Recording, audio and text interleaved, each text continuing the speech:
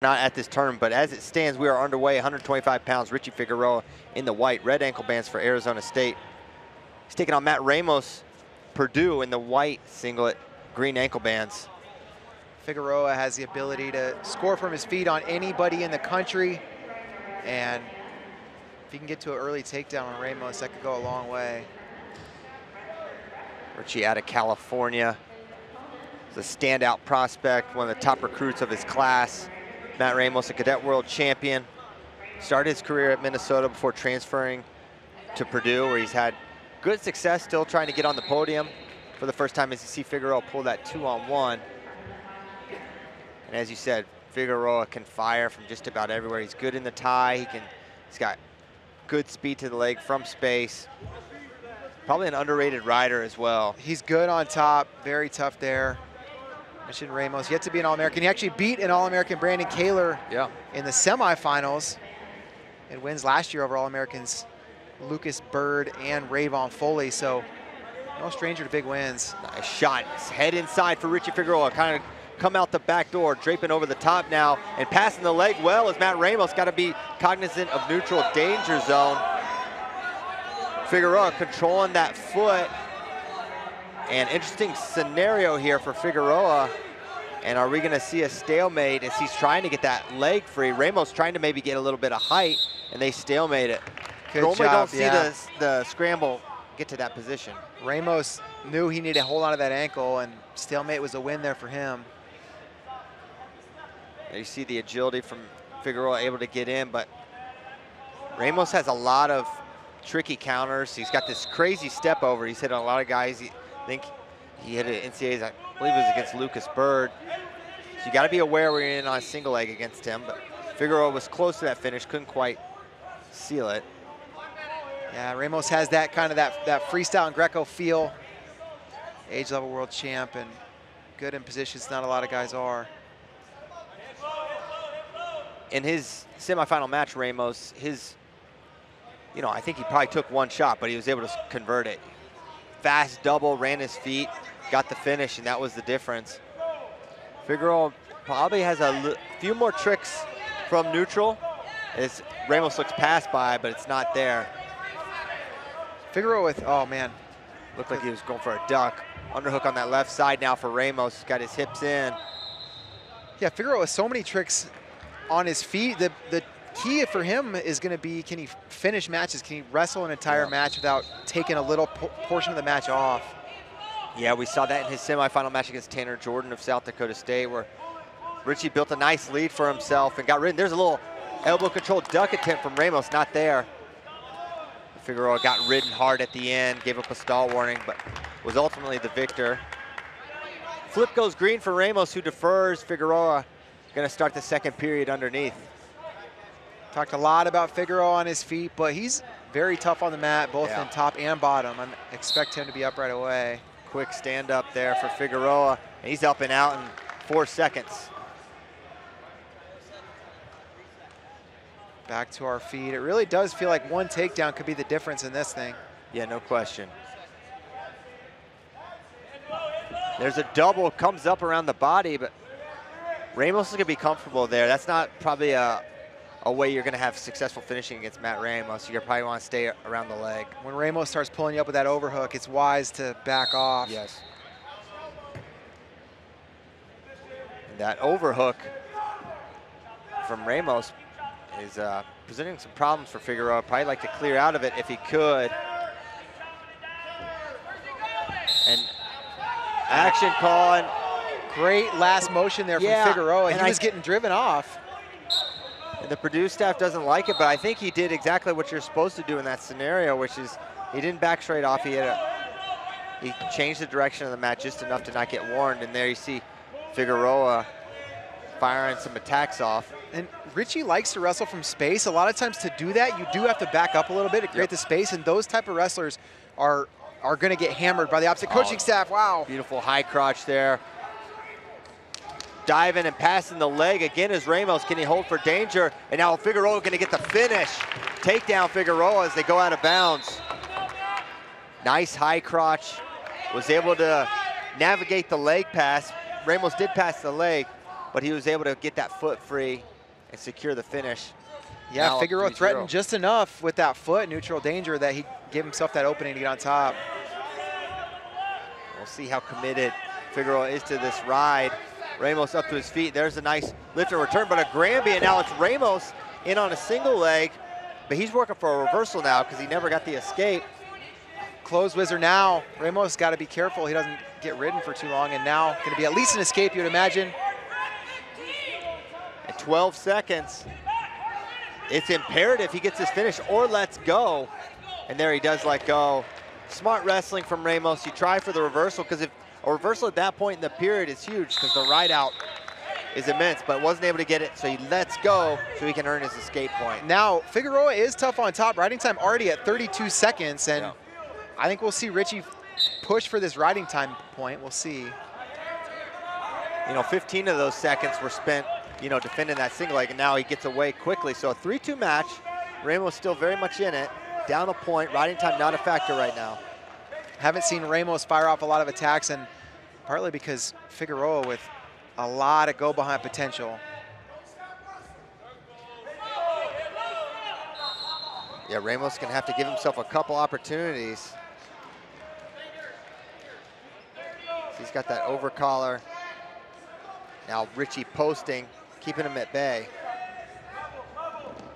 That thumb block for Figueroa. Yeah. There's a double to single from Figueroa. And now this is where you got to be careful with Ramos. He is dangerous here, and you can see Figueroa kind of feeling that. He's not working to finish. Now head outside for Richie Figueroa, but a hard crossface from Matt Ramos. Oh, he's got a cradle. Crossface cradle. Weird position. Can he get it? He's got to get that leg out, you figure. Tough spot for Ramos, tough spot for Figueroa, but for Matt Ramos, you got to make the most of this opportunity. He may not get in this good a position ever again. And he's got to look like he's progressing, otherwise they're going to stalemate this, and there's the stalemate. Well defended by Figueroa once the cradle was locked, but you can see the counter ability of Ramos. He was threatening when Richie's head was inside, then head outside. He's able to come over and apply a cradle that you wouldn't normally see from that position. 30 seconds to go. No Ramos stalling pursuing, calls. yes, no stalls. And Richie playing the edge big time. And there's a high crotch. Ooh. Action call on the edge. I thought we might see it. And similar to the other out-of-bounds decision earlier, Figueroa circled at the last second. And a single leg, and now high crotch for Matt Ramos, trying to finish head outside. He's got 13 seconds to do so. Looking to counters Richie Figueroa. Ramos has got to come up. He's fighting for this finish. He's got 5 seconds. He's got to turn in. Can we get danger zone? And just going to run out of time. Wow. Richie Figueroa, the freshman, bringing home the title at 125 pounds. Gets it done in, like you said at the beginning of the match, not the deepest field, but the lineup is now at least a question for Arizona State at 125 pounds. Yeah, you know that Richie Figueroa can beat a certain tier of athlete and navigate a very deep tournament. And undefeated on the season so far. Yes. He's got a number of ranked wins. Richie's the real deal, and you can see why he was one of the big prospects coming out. Here we go. We're going to see a matchup at 133 that we have yet to see. Mikhail McGee and Vito Arujau have never wrestled in their careers. Vito had an impressive win over Sam Latona, his semi. McGee downing Dylan Ragusin once more to set up this final. Still not used to the Cornell singlet with the white stripes down the side. Only seen it the one duel. I think it looks pretty good.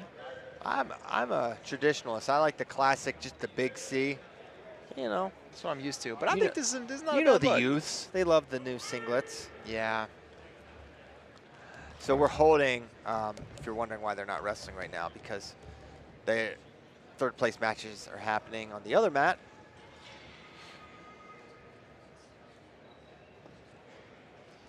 All right, we're going to go to a quick commercial break, and we'll be right back. Go ahead, check out the third place match while we're waiting.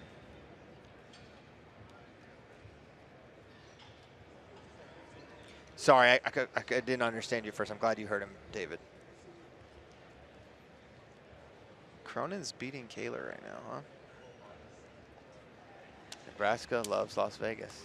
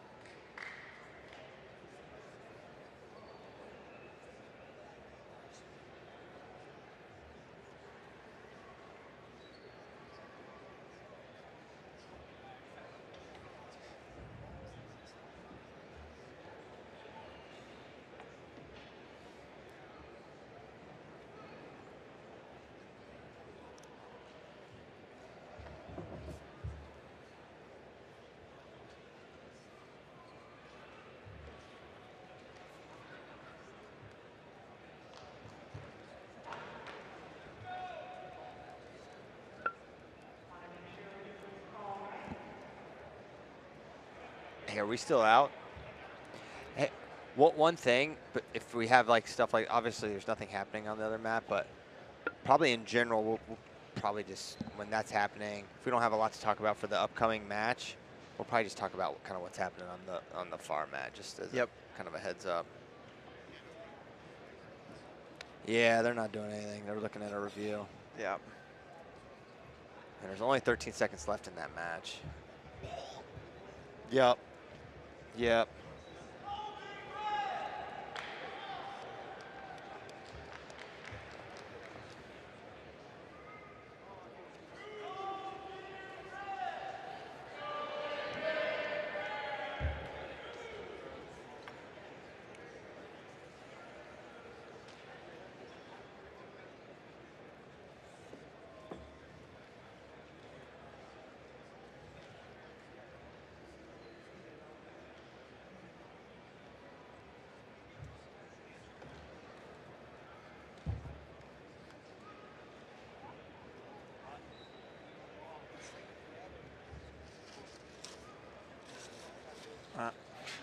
No idea. I didn't see it.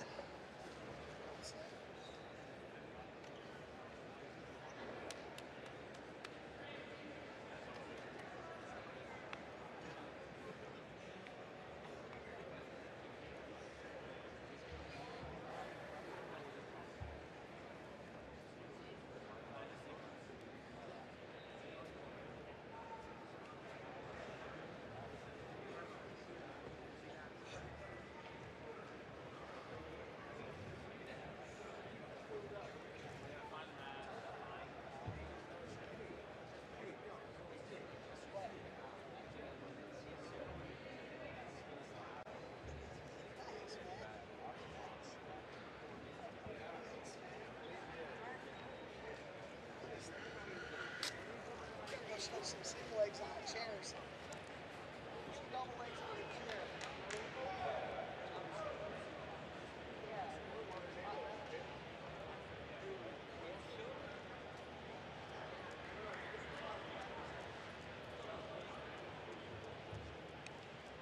All right, waiting for this review to finish up on the third place match. It looks like the call was upheld. So 13 seconds left in the Liam Cronin-Kaler match, where Cronin's looking to pull an upset here against returning All-American in Kaler. He's got the Nebraska power boost going on. The Huskers have just been incredible all weekend, and in Vegas, the last two CKLVs.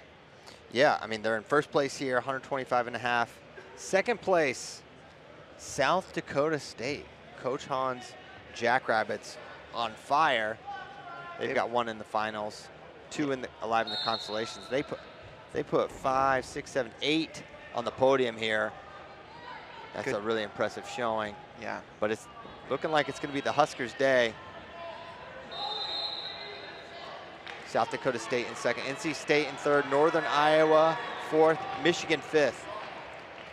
Falling outside the top 5, Arizona State, Northwestern, Oregon State, Ohio State, Virginia Tech, Cornell. Yeah, it's not exactly the team finish you'd expect to see, but so, you know, and some of that is teams like not full lineup. Michigan, Virginia Tech, Ohio State not wrestling their full squad, but when it comes to those two teams at the top, Nebraska and South Dakota State, they've just wrestled really, really well. Yes, there's no question they're wrestling the best we've seen them this year, especially for Nebraska. Coming off a loss to North Dakota State, you're like, man, no Ridge Lovett this year. It's gonna be a hard year for Nebraska. Not so. Nope, they've got 5 still alive, 3 in the finals, 2 for third, and then they also had a 5th place and a 6th place finisher. And that's good enough to put you in first place in this tournament.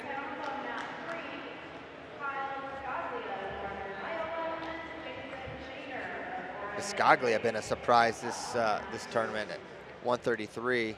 I mean, his opponent for the 3rd place match, Shaner as well. Shaner knocked off Sam Latona in the Conti semis.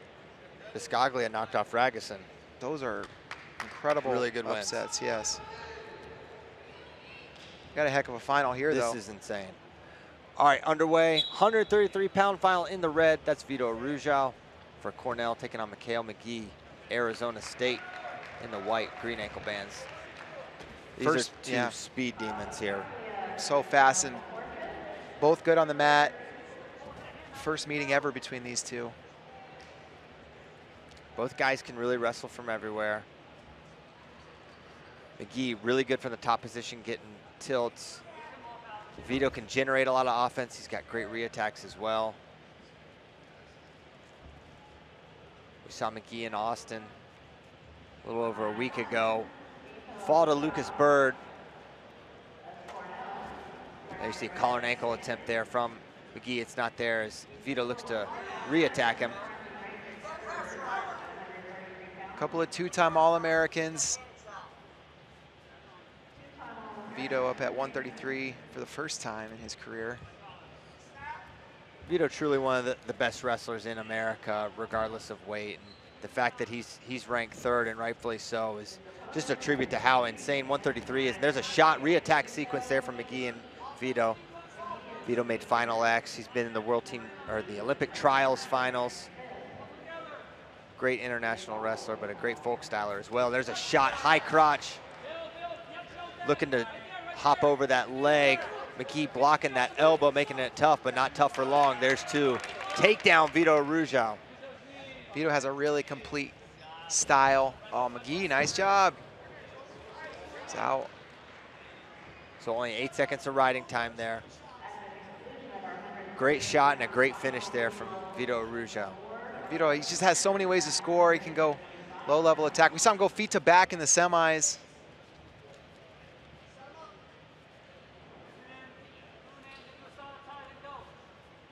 McGee, though, you can't blink. This guy can score in a moment's notice.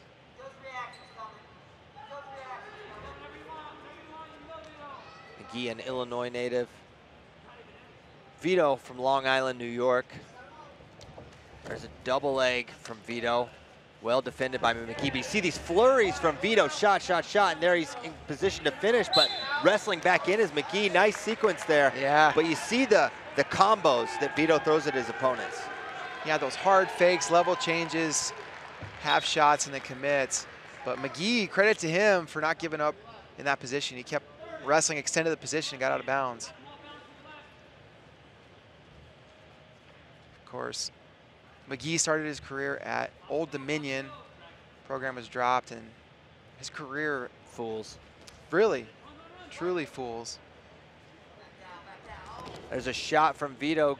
Good sprawl by Mikhail McGee. Pop, pop from McGee right to the head of Vito. Trying to open something up. Vito does this thing with his right hand where he just kind of like sticks it out like this, like right in front of it. It's kind of funny. He does a couple of those little mind games, a couple little physical him things. and Yanni, they're kind of silly like that. Yeah. Yeah, Yanni, you see him finger wag at foreign opponents, things like that. Great. Ankle trap there. Of course, we'll be seeing no Yanni this weekend, but we'll be watching him next week at the World Cup in Iowa City, Coralville specifically. And there's an escape for Vito as he shoots Mikhail off the mat. And McGee was fighting hard for the wrist there. He has good turns on top. Vito wise to it. Didn't waste any time getting out. See, there's that thing, but he caught that leg. Man, did you see that? Yes, he's doing it again. He's doing it again.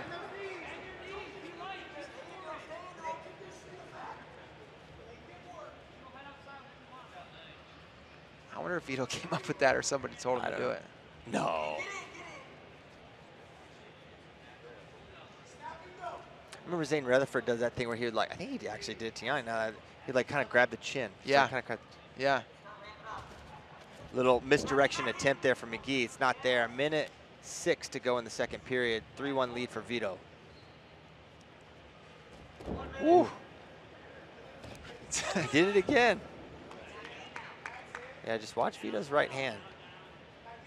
It's like he wants him to smell it. A lot of times he can't. Hard left club there from Vito. A lot of times you see Vito keep one hand in front of his face, kind of like a boxer. But then he does that display of the diamond ring or whatever. Yeah, he needs a name for it. Man. All right, double to single, nice shot, and he gets up quickly standing with a Granby attempt from Vito, or from Mikhail McGee, but it fails, and he gives up 2 more. Another Granby from McGee. 15 left in the period. McGee, point here would be huge for him, but Vito's got him all the way flat.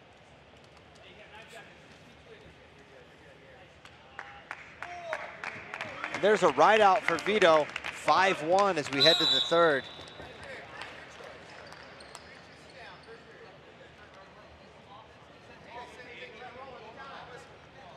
There's a, you know, coming into this year, we kind of felt there's probably gonna be some separation between Roman, Dayton, Vito, and the field, and so far this year that seems to be absolutely the case. And Vito definitely proving that to be thus far in this final. Yeah. Yeah, absolutely. Because make no mistake, McGee he's the class of the rest of 133. For sure.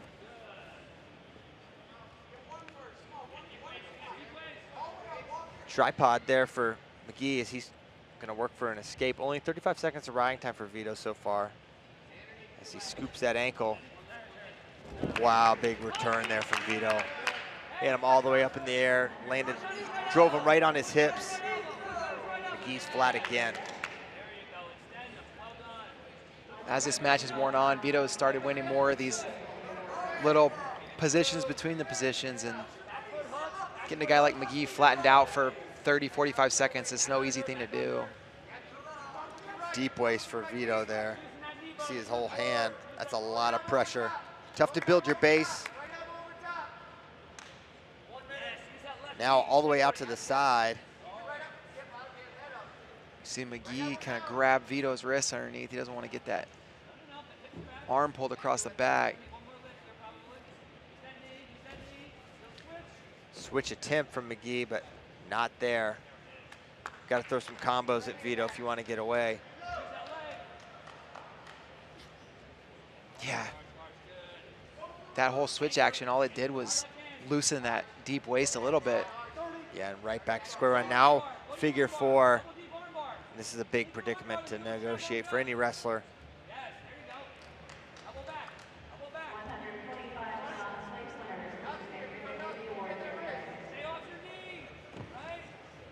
Man, what a job from Vito this match. Yeah, I mean, it felt like a lot of the match rise. happened on its feet, but he's going to end up with over 2 minutes of riding time, just really controlled every facet of the match. Vito Arujau, your champion here, 6-1 for Cornell. Mike Gray, Kellen Russell in the corner for Vito. And a strong statement from Vito. That is a final that nobody was surprised to see happen. Right. 141 pounds coming up. Oh my. We got an 8 seed and an 11 seed. And yet, as the tournament was going on, you got to the quarters, you kind of felt like this could be a weight that gets blown up, and that's been the case. Cale Happel. Brock Hardy knocked off the 1 seed last night, Cole Mattin. Yeah. And then beat Ryan Jack to make it to this point. Cale Happel knocked off Clay Carlson for the 2nd time this year to make this spot. So for Hardy, he's got 2 top 10 wins in this tournament so far. Beat number 9 Mattin, number 6 Ryan Jack. Cale Happel knocked off the 6 seed Dylan D'Amelio early in this thing, and then he beat the 3 seed number 12 Tom Crook, the 2 seed All-American Clay Carlson, and now here we go with 2 guys that see what happens.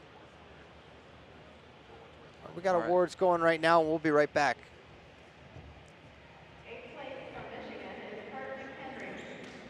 You sure?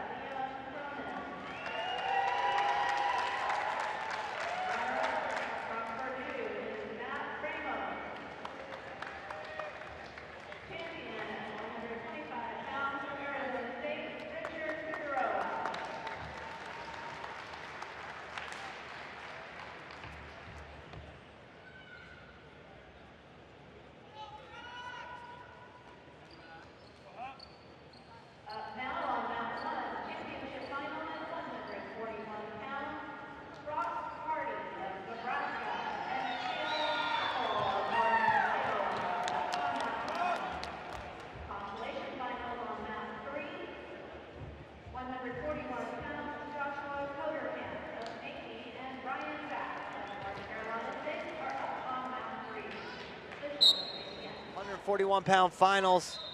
Cale Happel in the purple for Northern Iowa, taking on Brock Hardy in the white and red for Nebraska. The top team here at Cliff Keen, Las Vegas. The work from guys like Hardy help him get there. Yeah, for Hardy, man, tough start to the season. He loses 2 of his first 3. Starts with a loss to Dylan Drogemuller of North Dakota State. And that duel, and there's an attack right away from Brock Hardy. Single leg, looking to finish backside. Man, not 2 yet. And there it is. There it is. Beginning of the season, looking at 141 pounds, it was a wide open weight class, looking for somebody to come in and just take over. And both these guys now, I mean, you have to consider them All-American contenders. Yeah, and after losing to Drogemuller and then losing to Ryan Jack, he's now avenged the Jack loss in the semifinal. Now looking to add a CKLV title. Looking broomstick finish, and Hardy's a fast starter. He likes to get that first takedown, I've noticed. He goes after it, and he gets it here. Happel trying to get that leg out so he can get an escape. Hardy doing a good job, returning him to the mat, looking for that crossface cradle. Hardy, definitely a fast starter, but semifinal, he needed to come from behind late. He had to get a reversal, and was able to score, not at the buzzer, but close to it. And now, just like that, 50 seconds of riding time for Hardy. And Happel would really benefit from a restart. There's not going to be an escape that can really happen from here. Hardy, Box Elder, Utah. Graduated from high school some time ago. Quite some time ago. Did a 2-year LDS mission.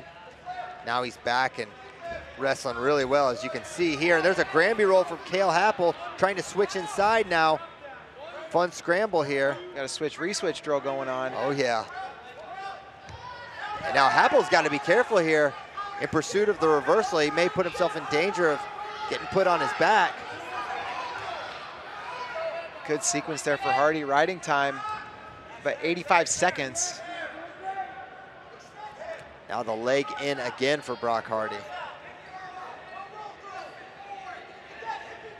And giving up a takedown in these matches is not the biggest of deals, but when you get ridden like this, and you just put yourself in that much more of a hole. 40 seconds to go. Crossface cradle, he's able to generate a lot of pressure with that figure four, that leg ride there.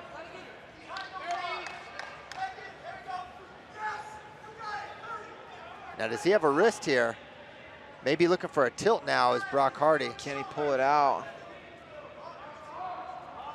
Happel might need to get a little busier underneath, not just for the escape, but to avoid giving up a stall warning. Hardy already with... Chops right over it. Hardy already with several falls this season, including a couple over Jesse Vasquez, one of those in this tournament. So he's not a guy that's just gonna hang out on top. No, he was looking to turn and ride out 225 of riding time. You gotta figure Cale Happel's going neutral. And yes, indeed he is. 2-0 the lead, 225 of riding time for Brock Hardy. And Happel's gonna need to generate a little bit of offense. Happel likes to work from inside. Wow, beautiful attack from Hardy. Trying to work for that finish, now upstanding, doubling off. And there's another takedown, man. Brock Hardy is impressive. That go behind motion, so beautiful to see, man. It was smooth. And now right back to top, which is where he's really controlled this match.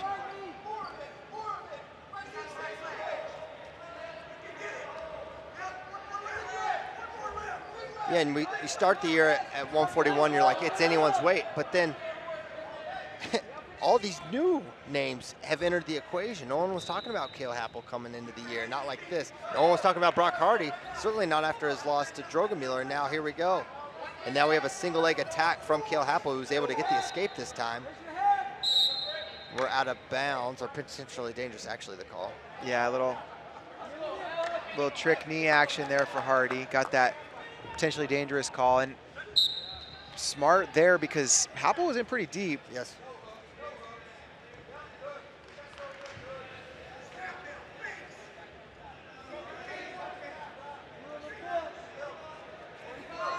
Another shot attempt from Happel, can't get in though.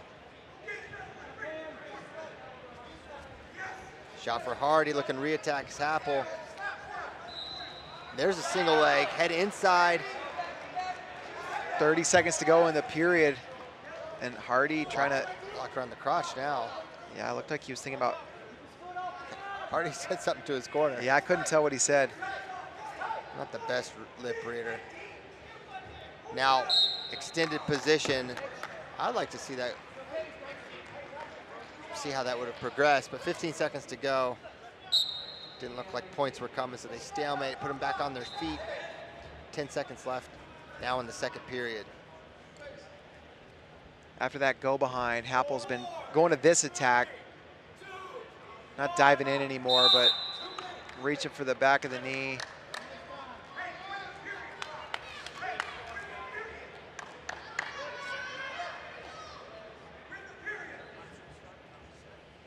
And Happel gonna go optional start to start the third. Nebraska corner telling Hardy to win the period, and it's a big thing, right? You don't want Cale Happel coming into the match next time thinking he's in it, even if Hardy ends up with a win. So exactly. Hardy going 2-on-1. 2-on-1 for Hardy there as he steps in. Happel pulling that head all the way down. Now he's looking for a go behind. Hardy's got that elbow, which is slowing down Happel as he's trying to run to the left. Still running now, attacks the leg, does Happel. He's been close to quite a few scores, but Hardy's been able to square up and avoid giving up anything, and another stalemate. Hardy he's so clingy. Gets to the elbow, clingy on top. Refuses to give up in any position.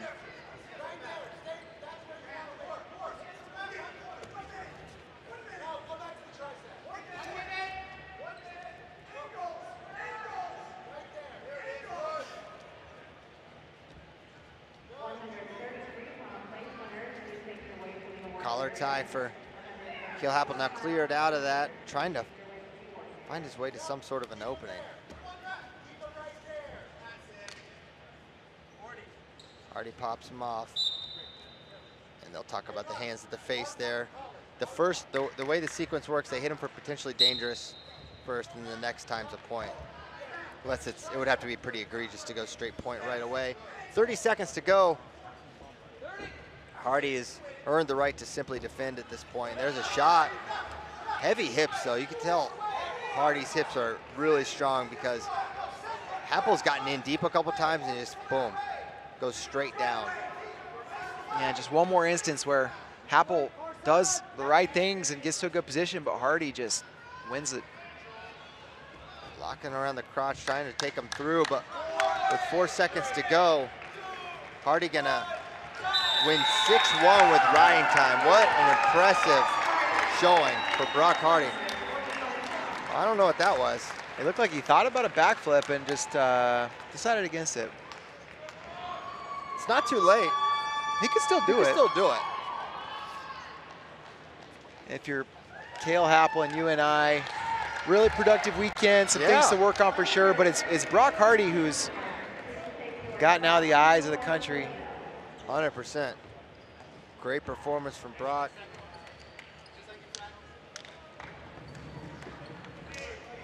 And another name has just entered the mix at a very deep weight. All right, we're gonna have awards real quick. We'll be right back with 149.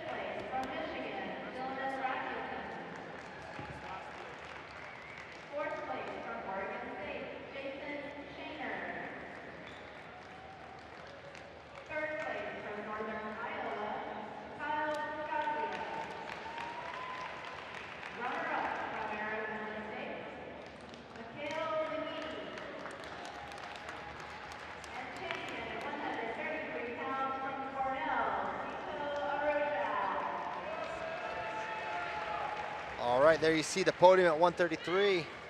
Vito on top. Now look here to 149-pound finals matchup. That's Sammy Sasso in the black, red ankle bands for Ohio State. He should be wrestling Kyle Parko, Arizona State. These are two of the most impressive guys in the whole field for me this weekend. Sasso, so far this weekend, tech fall, and then 8-2 over Yaya Thomas.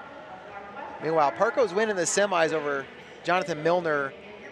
Impressive, just a 4-1 decision, but he won both from his attacks and just showed impressive defense as well. Yeah, he's slick and he was able to ride. There's a high crotch right away for Kyle Parko, and he's got that ankle trapped, trying to work for a quick score, but Sasso's dangerous in some of these counters. Now trying to sit the corner, locked around the crotch is Sammy Sasso, trying to step over. Parko hiding those ankles, trying to work for that finish. Nothing yet, but Sasso's sort of improving his position. He stepped over that leg, trying to beat the shoulder. Oh, now good Parko, move. how'd he do that? Ends Great up on adjustment. Top. No takedown yet. He's got to beat this whizzer in the splits and the boundary. A lot of different obstacles in Parko's way, but a fun start to this one. Parko's above the knee, working to finish. Now back up to his feet again. Parko's close here, but man, Sammy Sasso's stopped a lot of takedowns from this shin whizzer defense over the years, and now he's poised to maybe do it again. Gosh, he can get to this corner from so many different places. And now he's got the shin right on the back of the neck. That is not a fun spot for Kyle Parko. Trying to get out, nothing yet.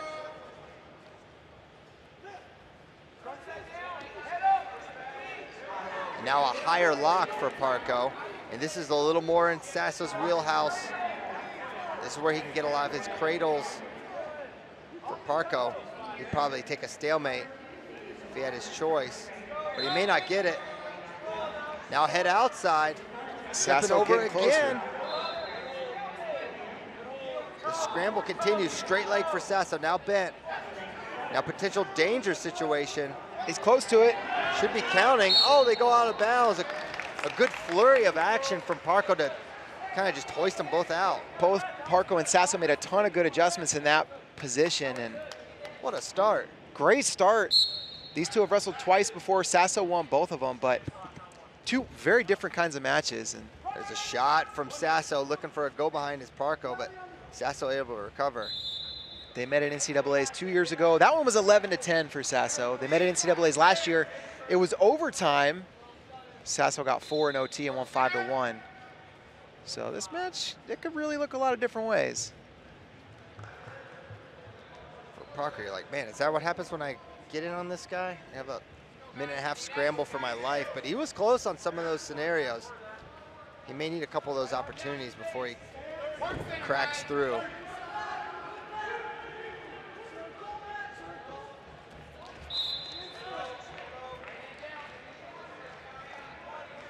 Parco nice with the upper body ties. Really good 2-on-1 setups. And Sasso now to the leg. Trying to step over. Parco rolls him through with the chest wrap, and Sasso still trying to finish short time. 8 seconds left. Can Sasso put him in danger? Officials looking at it and gonna get the danger takedown at the buzzer. Frank Molinaro saying the time was out, but I believe they got it. We're gonna see if they challenge. No, I think he got it too, David. Now Coach Jones has got the brick in hand. We'll see if he throws it. I wouldn't. Oh, they're gonna take a look. Yeah, I think for sure it was 3 seconds. This isn't I think so too. This is an official review that I think was maybe a little bit game by the corner, because Zeke had the brick behind his back like he was gonna throw it. Didn't end up throwing it, but didn't need to. So they're taking a look. Pretended to fake. He did pretend to fake. Yeah, I think worth taking a look at either way. You want to get it right, but I was trying to pay attention to the clock. It looked like there was still time. Yeah, I think it was right. I thought they could have been counting. I always feel like they wait just a tick too late before they start counting. Oh, they confirm it quick. That's the quickest challenge of the tournament. So, and I think I got it right. Yeah, and that was a really crucial takedown because no opportunity for Parco to escape. So a 2-point lead heading into the first in what was a very, very competitive first period. Heading into the second.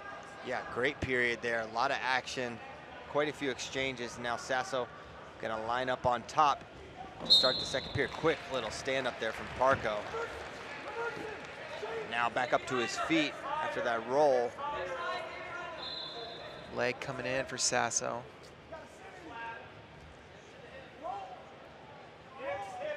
Figure 4 there for Sasso. He's been getting this position pretty consistently. And it's just extremely problematic to get out of this.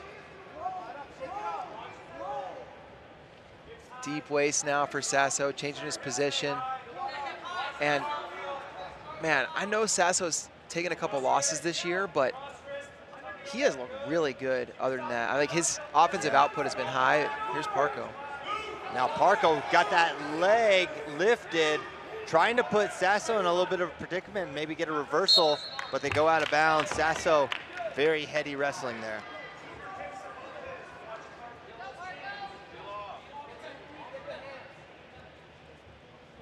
Parco going underneath, trying again. 51 seconds of riding time already for Sasso accumulated in this second period. Quick little stand up. And that was Parco that jumped the gun. Parco's only loss in the year was injury default to Doug Zaff at the Keystone Classic, or Journeyman Classic, excuse me. So many classics. Yeah. lot of classics. Great time to be alive. Yeah, classic card. Ooh, far side cradle attempt from that figure 4.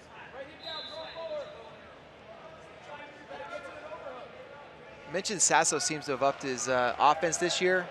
So far in the season, 7 falls, 2 techs in less than 10 matches.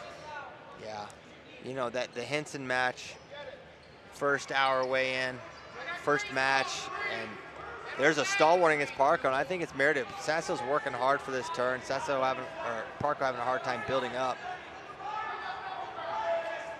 And actually, Sasso's win over Yaya Thomas is the only win he has on the year that's not a bonus point victory.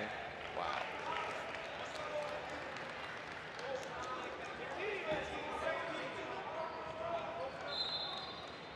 Of course, Caleb Henson did not compete for the Hokies at this tournament.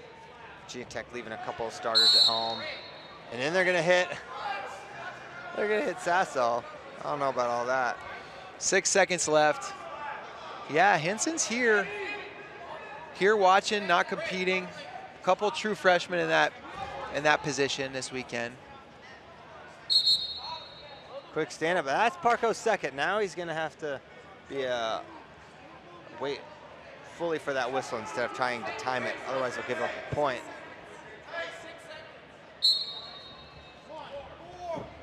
Now stand up for Parco. He knows he's got to get away, but he's not going to. 2-0 into the third we go. Sasso gonna go underneath. And for Sammy, you want to have a good third period. Parco's not going to stop coming. I'm wondering if Parco rides him for any amount of time here.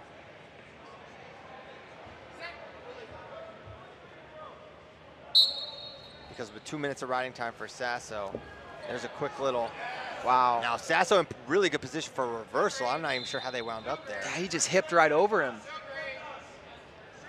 And now hard crossface. And there's a reversal for Sasso back on top. Sasso just competing in every position, and he's been doing it all weekend. Wow. And he's got that figure 4 with the foot trapped. That's a brutal position.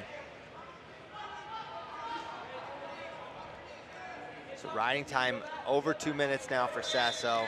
Deep waist, and as you've said, he's been so impressive this year. And really, you throw out the Henson match, and he's just been lights out. If you're a Buckeye fan and looking for a reason to be optimistic about Sasso, I mean, he's widening the gap on a super tough opponent here. And a Granby roll from Parco, and Parco looked awesome in the semis against John Milner. Now looking for a reversal, and there he's gonna get it. Oh, he said takedown. I think he meant reversal. I do believe he meant reversal. So man, and he's gonna cut him. Been talking about Sasso in 6 really solid minutes, but if this is where tactically with Parco, he should have, well, I say should have, but would have made sense just let him up, because now you got reversed and you're kind of exacerbating your problem instead of, you know you're gonna have to get this done on your feet as he looks for that crossface cradle, crunch near side, excuse me. So as good as Sasso's look, Parco now with that reversal, a little bit of life. Riding time is locked though, it's effectively 6-2. And there's another shot for Sasso. High crotch. Maybe look for a crackdown fish. Now doubling off and trying to drag it toe, but they go out of bounds. Parco able to slide that foot out. Yep. 33 to go, and Sasso continues to attack.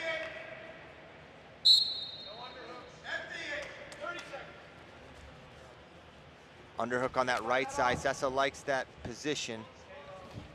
Fires off towards that ankle. It's not there. 22 seconds remaining.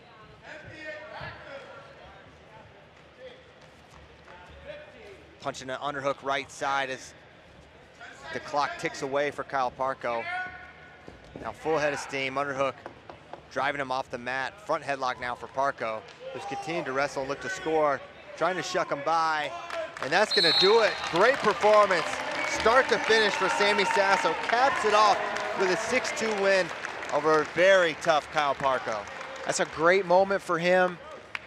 Sasso is making improvements, and not a lot of guys are doing that at this point in their career. This is a good start to the season for him, despite a couple losses. Yeah.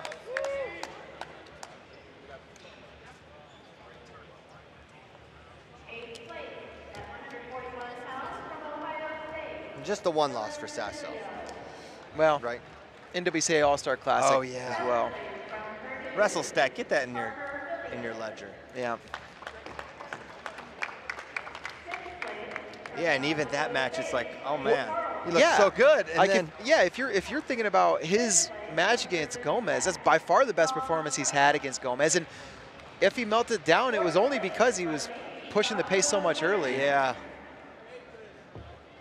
Yeah, there's something interesting going on there with his energy regulation or whatever. It seems like you almost can't predict how he's going to feel at the end of the match. I think you said it earlier this weekend off mic, but he's a tournament wrestler. He's a guy that's really good in a tournament format, which is what really matters at the end of the season. So yeah, those 2 losses, both in the dual meet format. You know, he could be a little susceptible in maybe some of those early round matches right off the scale, because he is a big 49. Everyone knows it. But at this time in the evening, he's going to be feeling really good coming into the finals. Now we're moving up 157. That's Peyton Robb on your screen right there. He's had a fantastic start to his season. He had a thrilling win over Ed Scott, who really impressed me in how he's been able to narrow that gap against Peyton Robb. But it was Robb with the clutch slide by for the win, and it was a big move for Kendall Coleman, Robb's opponent, against Will Luan to set this final up. Gave up a takedown.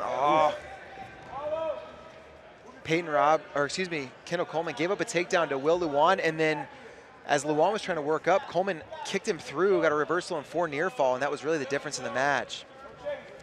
These two have wrestled 3 times in their career. Coleman actually beat him at Big Tens back in 2020, but Peyton Robb beat Coleman twice at Big Tens last year. One of them was an 8-0 major decision. The other was overtime, so who knows? Who really knows? All I know is Peyton Robb looks every bit of a title contender this year. Undefeated on the season, and 2-on-1. He can go big move upper body. He's got a great gas tank.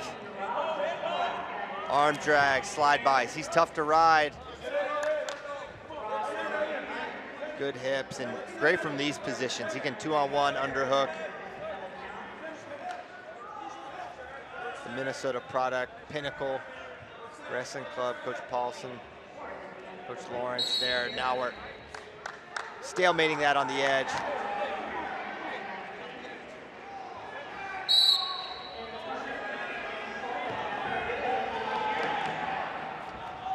And there's that slide by. He's got it rear standing. A hand touch will be 2. There's the touch. And there it is. Takedown for Peyton Robb. He might have the prettiest slide by in NCAA wrestling. And he's not just hitting it against Joe Schmo. He's hitting it at the semis and the finals against very tough competitors. And the one he hit in the semis was clutch. If not for that position, then he loses the match. And man, there's a little drama happening on the 3rd place mat right now. Ed Scott up 10-0 on Will Luan. Oh, that could be a decision for this Ed Scott. That's this might be a major Ed Scott decision. Lift and return for Peyton Robb.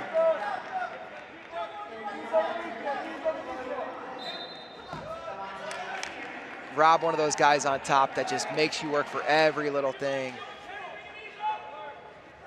Getting to your base is like, has a challenge.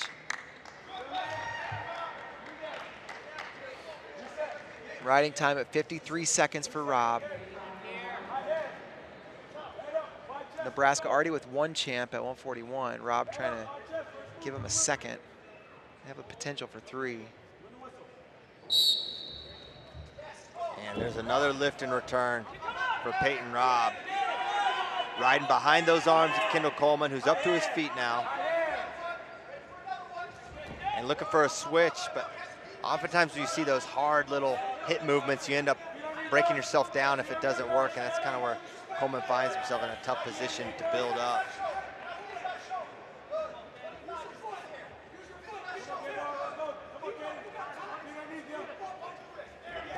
Man, flatten him out again.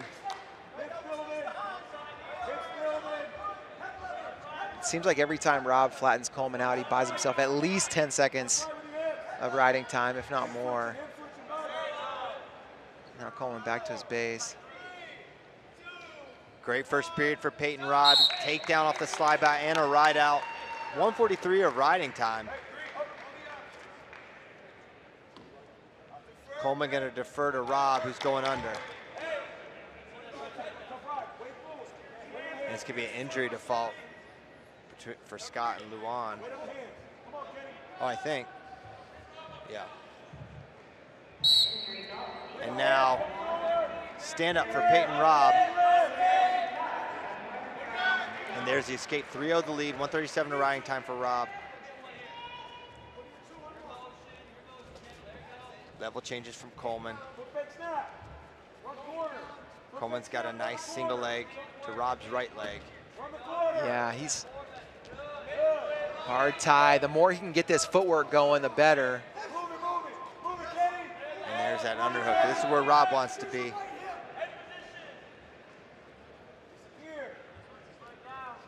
Kendall Coleman has had some really bright moments throughout his career, but just putting it all together in a tournament format, he hasn't done. Oh my goodness. Another takedown for Robb, extending his lead 5-0. Great job getting around behind. Got to rear standing again, and hand touch is all he needed. And we're gonna have a challenge here. But I think this is really a position that's been discussed a lot this weekend, is this rear standing position, and I think that's what happened. Robb got around behind. Coleman's hand touched just for a second. Knee hit, then he was back up, but it's that rear standing, and happened last night in the Penn State rider duel with Ethan Laird and Max Dean. And if you're in rear standing, all you need is that handed touch for a split second. That's it, no reaction time. We were talking with Frank Pavich, an official, earlier today, and there are only 2 positions in wrestling where there's no reaction time. One is, yeah, it's confirmed. One is locked hands from top, and the other is that rear standing, no reaction time. So another takedown. Easy review for the officials, and it's 5-0 for Robb with over a minute and a half riding time. Robb lines up. Coleman timed that whistle well and gets the escape. 5-1 now the score. Minute 42 riding time for Peyton Robb. Man, good on Coleman to get out on the restart. He has had no answers on bottom. Oh, well, he timed it really well. And there's an answer. Takedown for Kendall Coleman. 5-3 now the score. Just need a few more of those. Coleman's found new life a little bit. Robb still 6-3 lead. Plenty of riding time.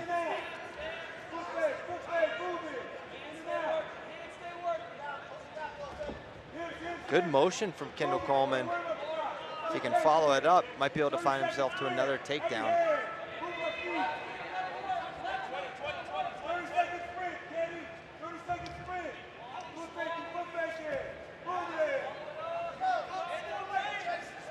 Purdue corner wants to see a sprint out of Coleman. A late takedown will be huge, but not much time to work for it.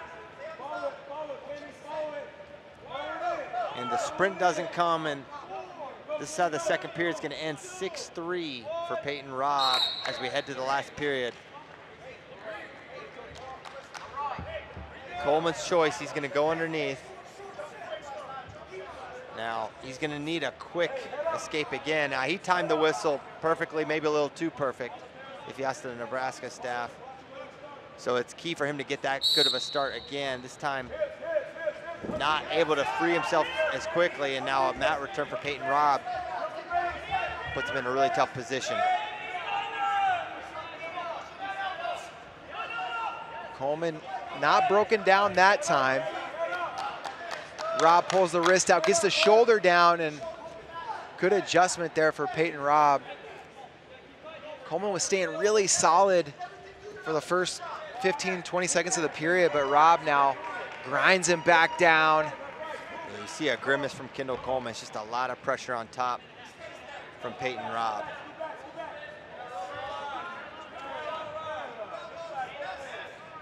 Robb now trying to pull that wrist across the back. Here comes the claw. And now trying to take him over. He's keeping that legal, the wrist on the back. They just don't want you to pull it up. Leg in, flattened out. This is, that's not a fun position to be in if you're Kendall Coleman. No. 48 to go. Now riding time is locked in, effectively a 7-3 lead for Peyton Robb. Robb bringing a half in momentarily. Now deep waist.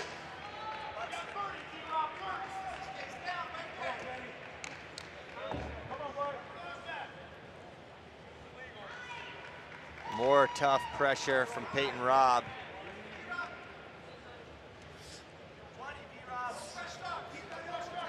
Robb with the wrist across the back. Now maybe a little tilt here. Close. Got just a 1 count. Just a 1? Okay, I wasn't sure. And that'll do it. 7-3 final for Peyton Robb.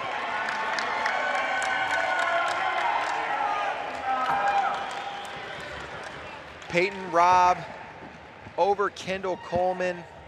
The Huskers with 2 champs so far out of 2 tries.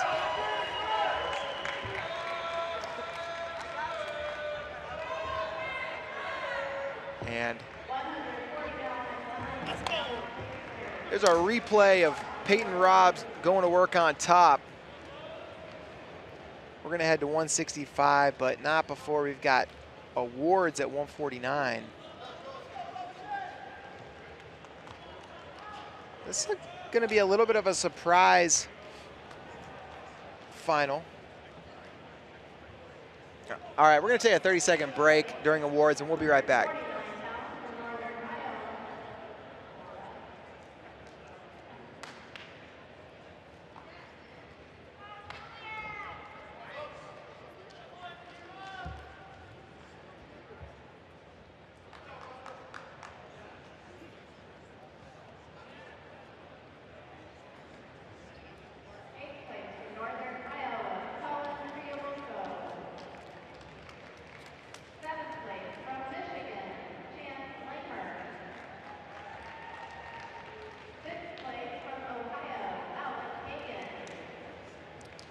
All right, we are back. Still a little award announcement going on over there. And man, looking at 149 podium. We got a couple freshmen. See over there in 7th, Chance Lamer in 5th, Jackson Arrington. Those guys, definite factors now on the national level. 149 really deep. Got All-Americans in the top 4 places. A lot of fun here in Vegas.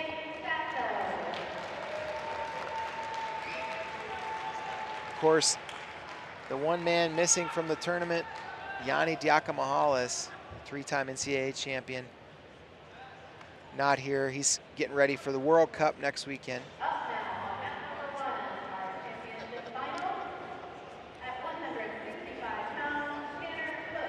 All right, we're gonna get going here at 165 pounds. A lot of people probably expected to see Carson Hartzler come out the top side, but it was Tanner Cook of South Dakota State, the 9 seed, who pinned Hartzler in the quarterfinals, and then Cook actually, with an injury default, win in the semis, and Cook from the 9 finds himself in the finals. And a little bit of familiarity here, I believe, as Cook started his at the Finger Lakes program. There's a shot right away from Julian Ramirez looking to finish, and now putting him on his back.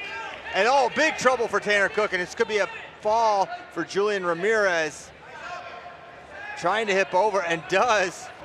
So 6-point start for Julian Ramirez, and back in the air is Tanner Cook. Man, Ramirez wasted no time. And yeah, that familiarity may be playing in Ramirez's favor. Goodness gracious, Julian Ramirez wasting no time. Ignore the scoreboard because it's 10-0. Now 10-1, Cook up to his feet. And both wrestlers know the score is wrong, and they're kind of waiting for. They should just stop it. Yeah, they're waiting for the action to be blown dead. But now they're going to wrestle. 10-1. they may need to just blow this They dead. need to, because riding time is ticking anyways. They're not too worried about it. All right, fine. Tanner Cook is a guy that, especially if you haven't felt him before, Yeah. it's really a big challenge. But you mentioned familiarity, and then that may be helping Ramirez out here. Certainly didn't help Cook. Not yet, although now Cook trying to go to an over-under position. And Cam Simez imploring Cook to kind of drive him out of bounds. Oh, wrapping around. Oh, he goes big! Oh, he hurt himself. What? I don't know if that's head or... Yeah, I think he kind of looked like he may have knocked himself out. He sold out for that one, David. Good. The thunderous when it hit the stage. And one thing you can count on is Tanner Cook selling out in big move positions. And hopefully he's okay here. And he had the There's position there. replay. Yeah.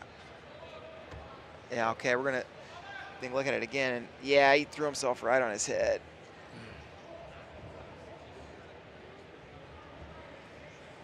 Man, it's a bummer.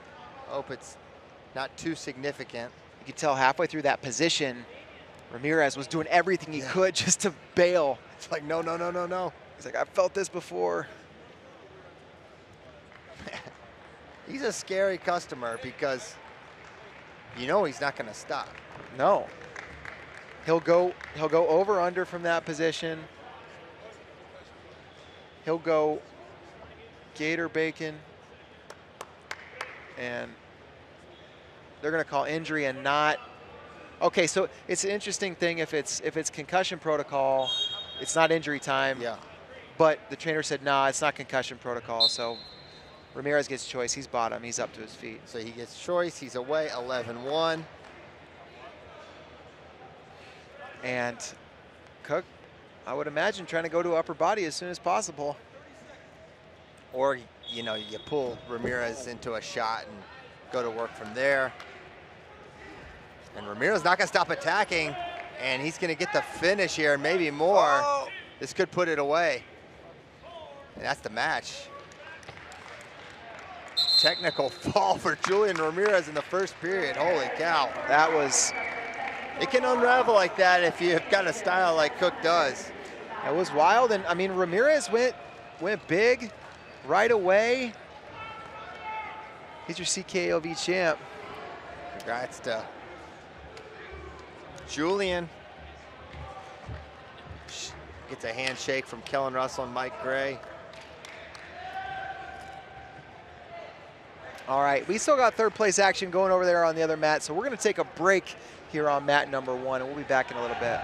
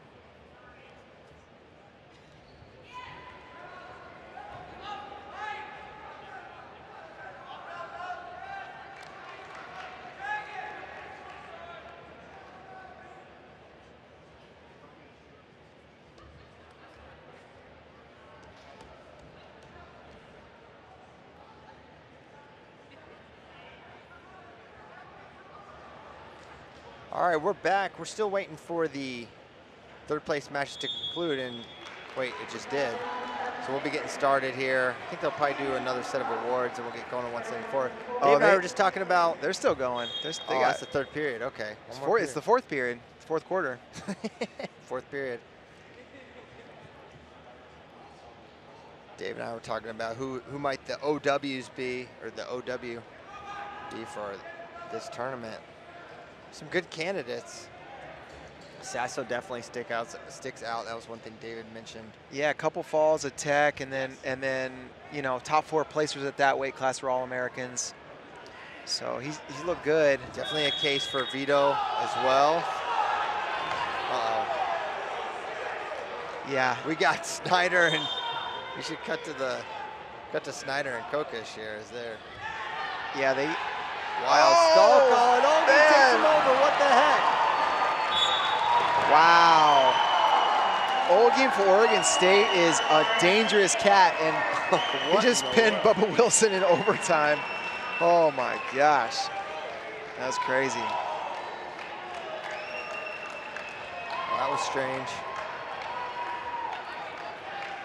They hit Wilson for Stalin, and Snyder and Kokesh were out there like. Yeah, they ran a wind sprint without warming up, which you got to be careful about that. Yeah, I agree.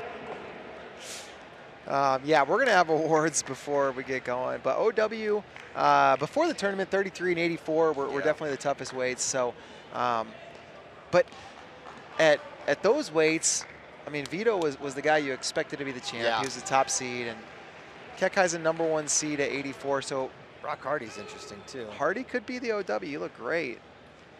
Hardy beat the 1 seed. He beat 2 top 10 ranked wrestlers and won the title. I mean, maybe Hardy's the OW so far. Of course, a lot still to be determined. We've got 4 weights remaining. Man, and Peyton Robb's on the top of that podium. And I know he was the top seed, but he was very impressive throughout the tournament. Sometimes guys kind of, I don't know, He actually wasn't the top seed. He wasn't? Who was? Will Lewan. Oh, Will Lewan. Yeah. All right. Maybe Peyton Robb. But I don't know. I still think Hardy coming out of the 9. They can split it. They're teammates, so. Yeah. Of course, if someone were to knock off a national champion in the finals, that would be a strong case. Yep. Referring to, of course, the match we're about to see, Mike Labriola versus Makai Lewis. I mentioned Rob and Hardy splitting it. They look like they could be brothers. They do. They do indeed.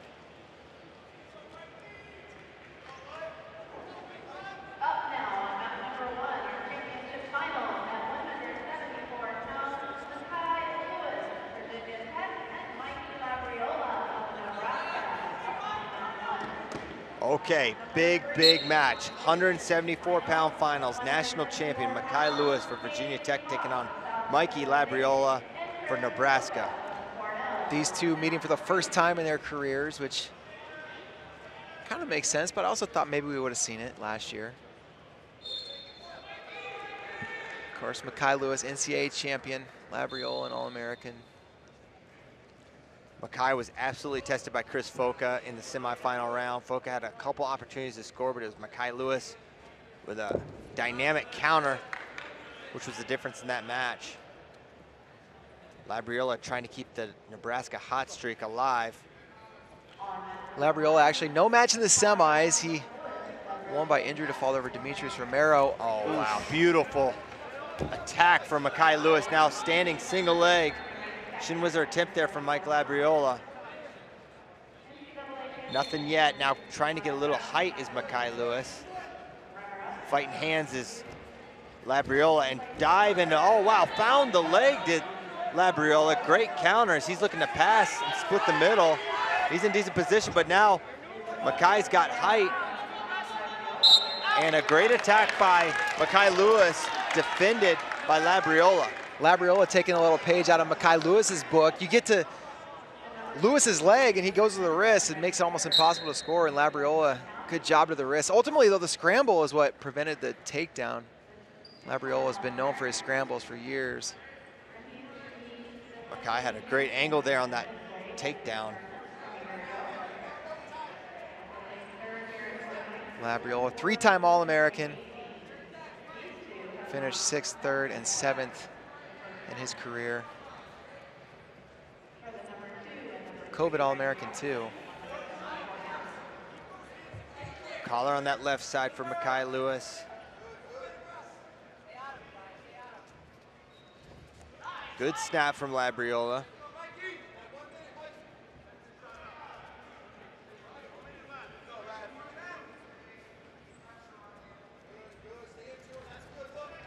Looking elbow passes, Labriola not there. 50 seconds to go in the first. Nebraska, double leg, looking to re-attack or run behind was Labriola, but Mackay does a good job of squaring up. Nebraska trying to make it 3 for 3 in the finals of this tournament, and this is the toughest one. No doubt Mackay presents so many challenges for their opponent. His defense is exemplary. So hard to take him down. Short time left in the first, 12 to go. Mackay's pretty comfortable in closer matches because he has such trust in his defense, and who could blame him? As we head scoreless into the second. Red is the flip, Labriola's choice. He's going under, wants to get that first point.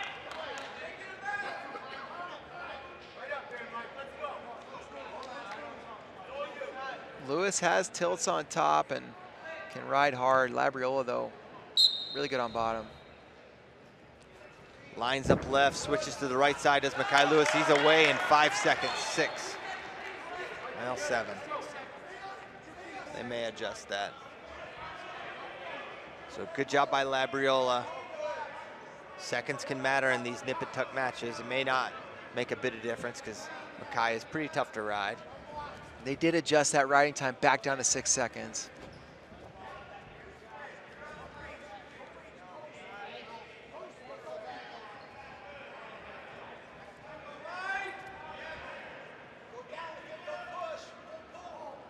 New Jersey, Pennsylvania battle. Labriola from Pennsylvania. Bethlehem Catholic, I believe. And Mackay, Somerset, New Jersey, Bound Brook High School. Mentioned Lewis comfortable in close matches. Labriola is too. And it does feel like the longer this thing stays close, the greater the opportunity for Labriola. Couple flurries, now Mackay on the attack.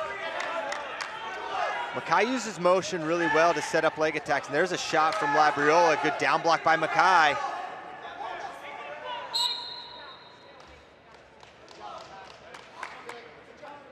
.40 seconds left. Some good flurries there from Labriola.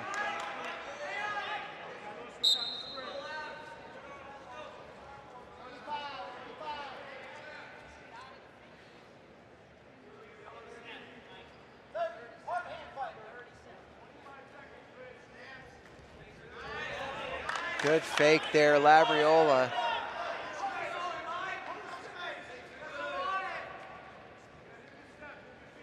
There's another shot. Wow, goes one way, then the other does Mackay, but Labriola evading really well. That misdirection had me guessing. Yeah, oh, he got it. Looking for that takedown, nothing yet. What's gonna be the call? They go off the mat, out of bounds. They're gonna challenge it. And this is the situation where Labriola got to rear standing, but as they're going down to the mat, Lewis is able to float his hips over.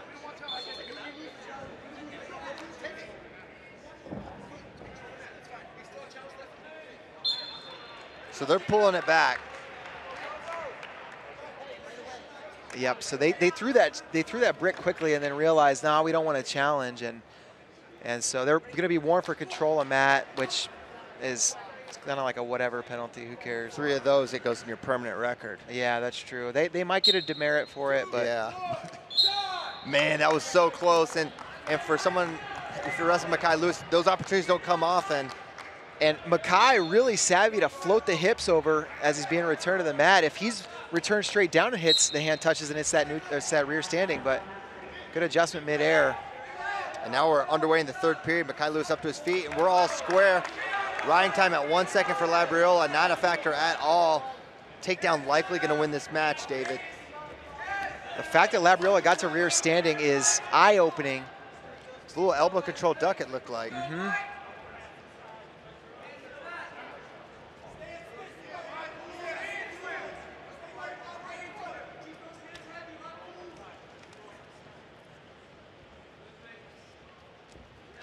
Good stutter now. Ooh. Wow, snapping the head, trying to find the angles. Labriola can't get in, but he's given himself a lot of opportunities. He really is. But he is just as in this match as Mekhi is at this point. Mekhi may be the favorite, but if you didn't know anything about these guys, you're watching this match, you wouldn't know that Mekhi's a big favorite here. No, absolutely not. Minute to go. Labriola has the momentum right now.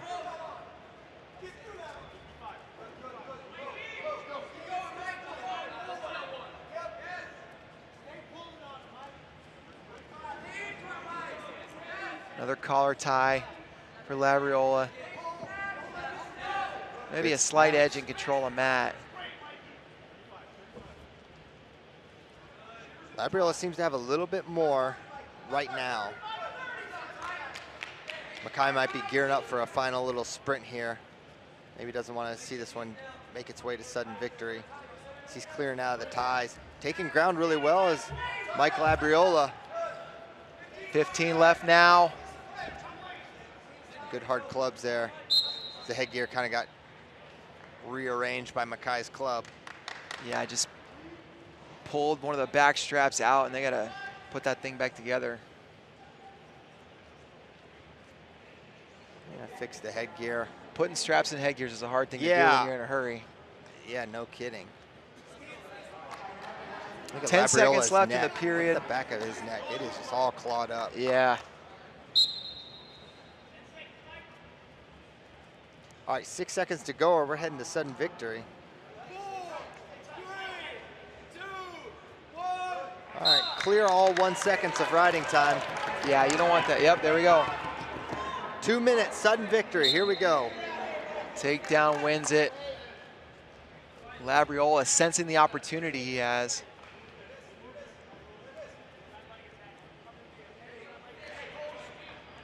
Mekhi circling, trying to keep him at bay. Snap. His hands to the mat, still continuing to pursue his Labriola. But there's Mekhi looking for the shot. He's in deep, head inside, trying to come up standing with it. Shin wizard from Mikey Labriola, plenty of time to work. Mekhi gonna try to bring him back in. Doesn't want to have to battle with that out of bounds line. Now getting that foot a little bit higher. Labriola tricky, he's diving under, nice leg pass by Mike Labriola. They're on the edge. Great pass, Labriola's close. Nothing yet, can Mekhi Lewis pass the leg now? Nothing yet. They're still scrambling here, it's not a takedown, but he's in good position as Labriola, they're coming around. Mekhi fighting this hard, can he come up? And there's the takedown. Takedown goes, and here comes the brick. We got 2 bricks on the mat. Big flex for Labriola. He's fired up. They're gonna take a look. And which challenge are they gonna review first? Well, probably not Nebraska. We got another control of mat for Nebraska, maybe. Yeah, I don't know. This might be another demerit. Yeah. And so the call from the officials, they waited to give the 2 until. And I'd love to see that replay. Yeah. See where hopefully we get to take a look at this while the officials are. All right, and here he still has the leg, but that doesn't necessarily mean it's not 2. They gave the 2 there once Labriola was able to elevate Mekhi Lewis's leg with his own, and I think that's a takedown. These elite guys, it's so hard to get that definitive takedown. And Mekhi Lewis was he still had 2 hands on the ankle of Labriola, but once Labriola, with the leg that Lewis was holding, was able to elevate the leg of Lewis, I think that looked like control. That's what I believe the officials saw. Yeah. I don't know the official rule, though, of, you know, if he still has a hand on the leg type of thing. And Tony Roby's asking about their challenge. From my vantage point, the way the officials called it on the mat was right. It didn't look like a takedown until Labriola elevated that leg, and then. And it's a good thing that the officials waited, you know, and let the situation play out. Sometimes you see those quicker twos when another takedown down, or when the sequence could play out and it's imminent.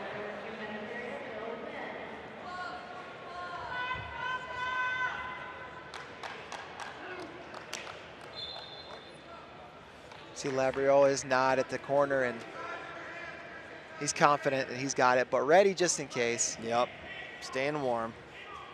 And if this gets upheld, that's maybe we have our answer for our OW question. Yeah. David.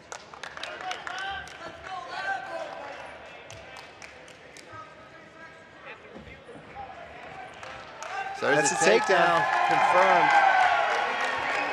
And Mikey Labriola, your champion here at Cliff King, Las Vegas. He knocks off NCAA champion Mekhi Lewis, and Nebraska 3 for 3 in the finals. What a job by the Huskers. There it is. Awesome job, Labriola. And we got a crazy one over there on the 3rd place match. It's 4-4, Foca and DeVos. Foca's a tough one to figure out. There it is. 3rd place match just comes to an end there with Foca getting that double leg takedown for the win. We'll be right back after this.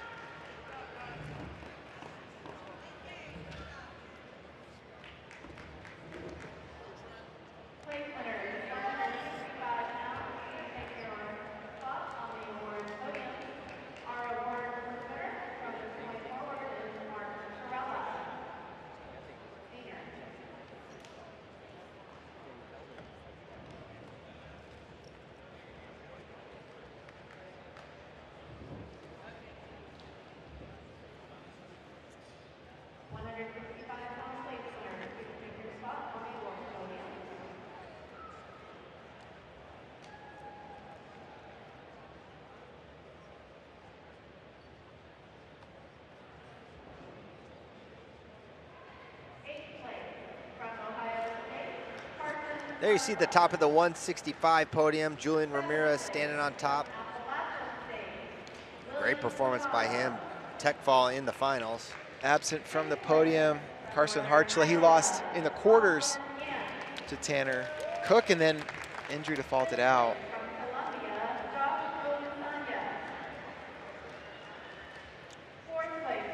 Getting ready for 184 finals. This is a dandy here. 2 versus 3, I believe. Trent Hidley, number 3, against number 2, Parker Keckeisen. A little bit of history there, but it's been Keckeisen who's had the edge. And the two have competed. I thought I remember them wrestling twice. I only see one result in WrestleStat. An overtime 7-5 tiebreaker win for Parker Keckeisen last year's NCAAs, but I thought they wrestled in 2021 NCAAs. I thought they did as well. I got the bracket. Let me look at that. Not to brag, but I have the brackets. Wow. I have the documents. You got the documents right there. Pulling them out of the vault as we speak, and all right, regardless, it's going to be a really fun one here at 184. It's Parker Keckeisen, Trent Hidley. Well, they didn't hit in 2021, but they're colliding now. Parker Keckeisen in the purple. He's your top seed here. The green ankle bands. That's Trent Hidley in the red, NC State. He's in his preferred over-under position. This is where Trent Hidley likes to wrestle. Oh, it takes him over. Big trouble. And he's getting swipes. And how many? That's 4, full allotment, and it's gonna be 6-0 in the first 30 seconds of this one. And it's no surprise how he scored. I'm just surprised he was able to get it. Yeah. Because Keckeisen had the opportunity, he's felt it. Everyone knows where Trent's so good. But Trent takes him over, and a 6-0 lead in a match like this against someone as good as Trent Hidley, that is a long road back. Yeah, scoring on Trent Hidley is, that's hard to do, and scoring 6 points, man. Keckeisen has done it though. He beat him 7-5 last time, but didn't start out in a hole like this. Negative. And they did not wrestle in 2021. Keckeisen did not outplace him, because that was the year he made the final. So they avoided each other in that year.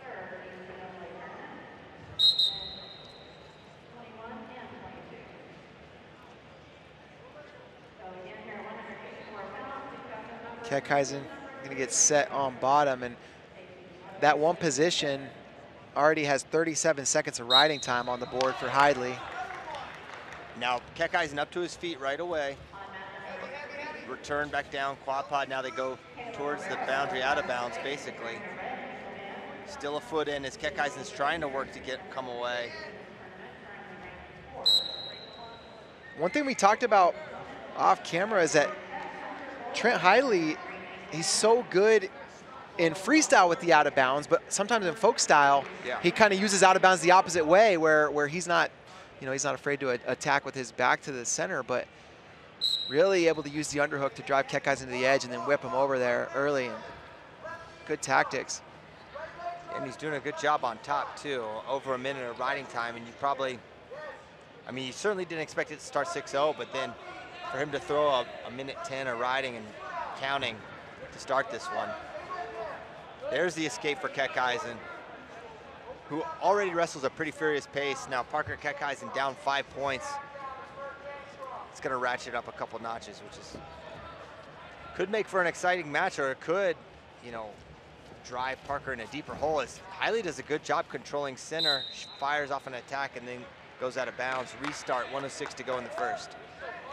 Be curious to see what happens if Keckeisen gets a takedown, because he may try to work for more of them, but he's got tools on top, and he looks for a double. Post attack, not there.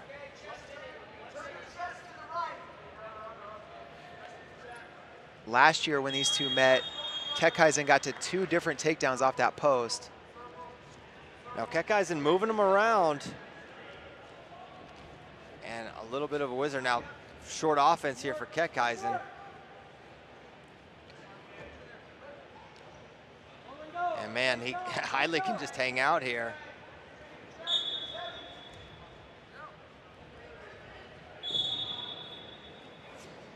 This is where the college out of bounds, man, just kills me. And it's like, it gets out of bounds. It's like, you can't score there if you're Parker. Talked about it earlier, that is something that Hidley is not afraid to do. He's good there. Often does just enough to get the action call, and it's one of those things. It's part of the rule, so he's going to use it. And now, as I say that, Keckeisen towards the boundary, trying to circle back in. There's an attack from Hidley as he drives him out of bounds. They're going to hit Keckeisen for stalling. So first warning against Keckeisen as he fires off an attack, 5 seconds to go. What a period for Trent Hidley. Seriously. 6-1, and it wasn't just the initial exchange. He didn't give up ground after that.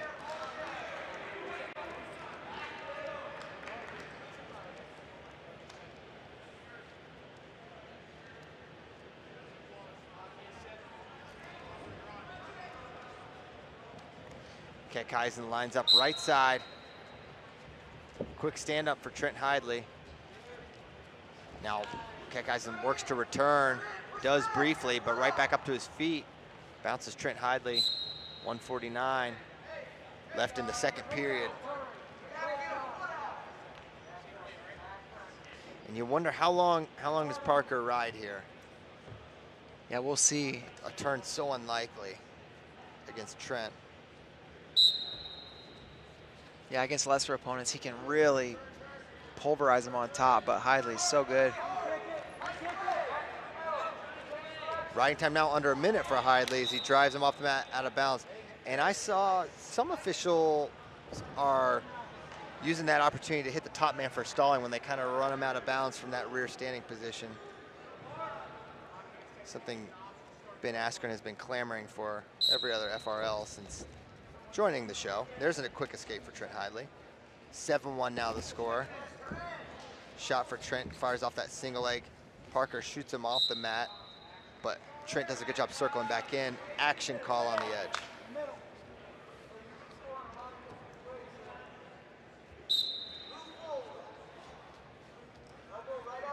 Kekheisen to the collar.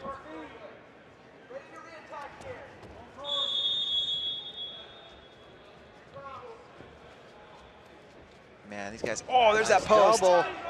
Can he finish in bounds? No. That great attack, but great defense from Trent Hidley. Both guys had to roll to their backs there for a second before they got to their feet. Took it out of them a little bit, but Kekheisen is so effective with that post.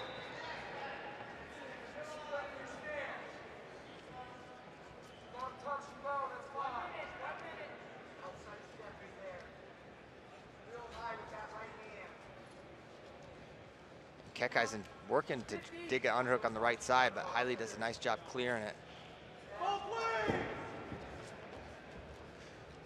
Once again, these two find themselves on the edge. Yeah. Trent, good tactics again, circling in, and now looking for a shot. Crotch, not there. They go out of bounds. Action call again, 35 to go in the second. That's a situation where if that action takes place in the center, who knows, but edge of the mat, you can just pull yourself out.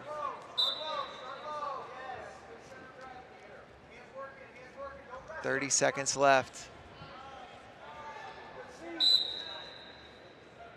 And the official stops it for interlocking fingers.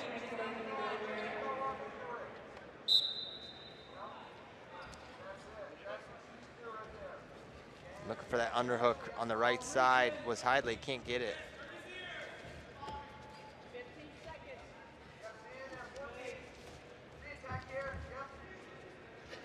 Ten seconds to go now. Another shot, there's that double leg. This time he puts him down, but not, can't get the finish. Holy cow, completely rolled through there. Yeah, he had Hidley so far up, and Hidley just, it's incredible to see people adjust in a split second like that.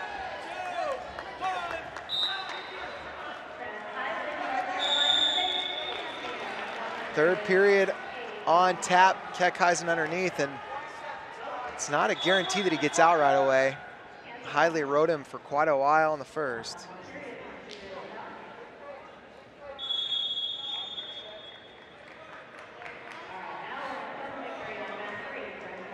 Kekheisen starts this period underneath.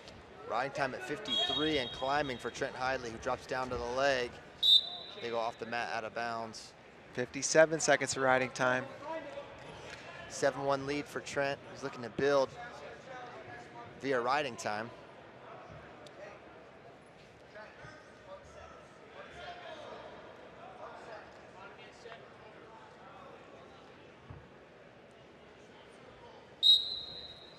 Double thigh pry off the whistle for Hidley. Tripod for Kekheisen. Trying to step behind that foot. Nothing there though. Back up and turning in, and there's the one for Kekheisen, so 7-2. Meanwhile, in the third place mat, Hunter Bolin just beat Caleb Romero in overtime.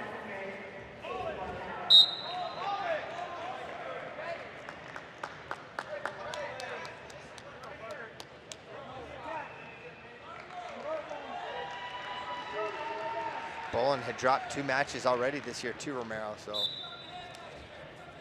bit of an upset there, no doubt. 80 seconds to go. Kekheisen's got a long road back in this one. He's had two hard doubles and hasn't been able to finish them. Hard as it is to believe, Hidley's a takedown and ride out away from a major decision. Yeah.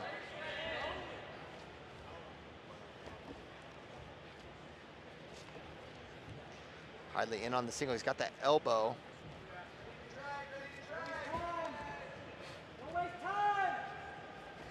Front headlock, and Hidley circles to that single leg. 52 seconds to go in the third period. Riding time at 1:13 for Trent Hidley.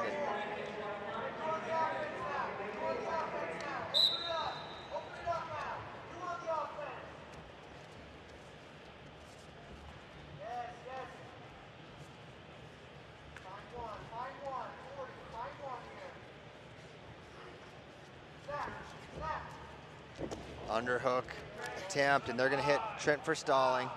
First warning on him, 30 to go.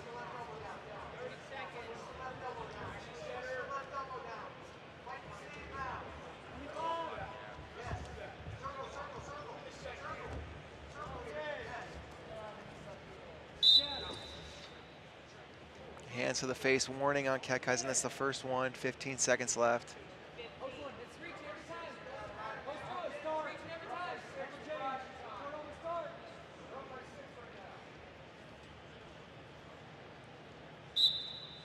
So riding time now locked for Trent Hidley, effectively 8-2 win. Oh, Hidley looking for one more. Oh, Keckeisen gonna get this go behind, and they're gonna roll. Wow, he got behind, could not finish.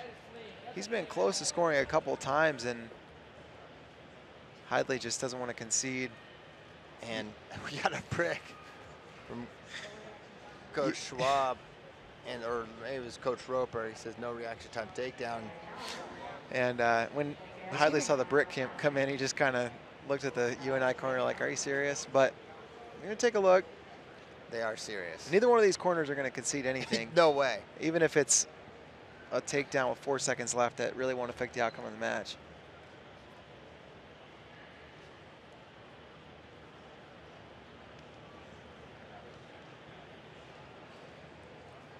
So, landscape at 184, I think will definitely be part of the conversation next week.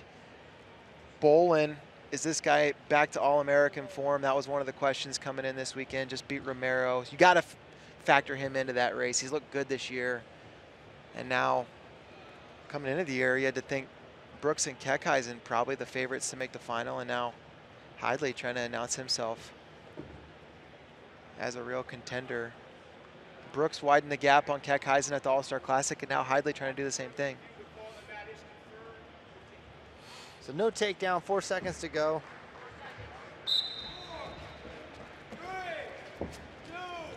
And that will do it. Keckeisen not going to stop attacking to the whistle. And it's an 8-2 win for Trent Hidley, taking home the title here.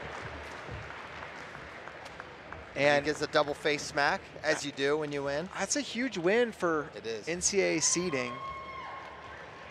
It may end up being academic. If these guys are the 2 or 3, but they could see each other in the semis, but other guys could definitely emerge. I'd love to see that first takedown again. That was savage.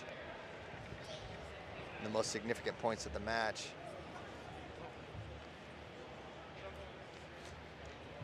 And yeah, really good complete match from Trent Hidley, and now they're going to the podium at 174.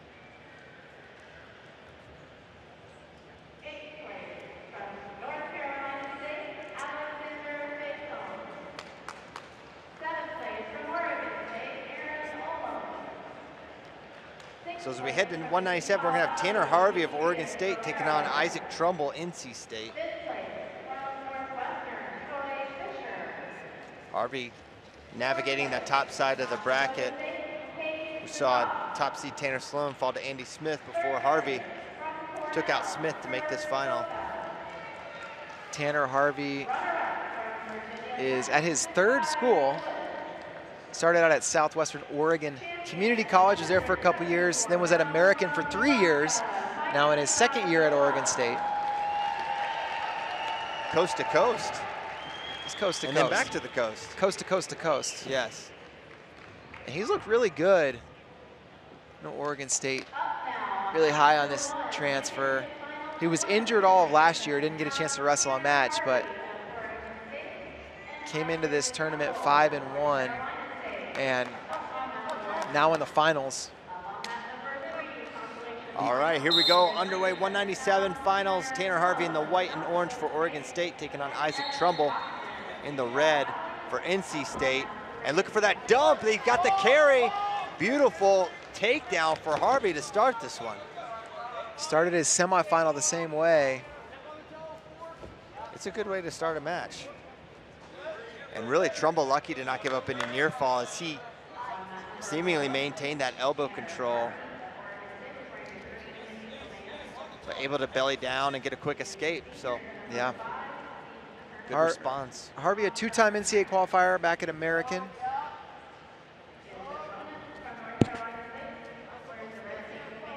These are a couple of really tall 197-pounders. Yes.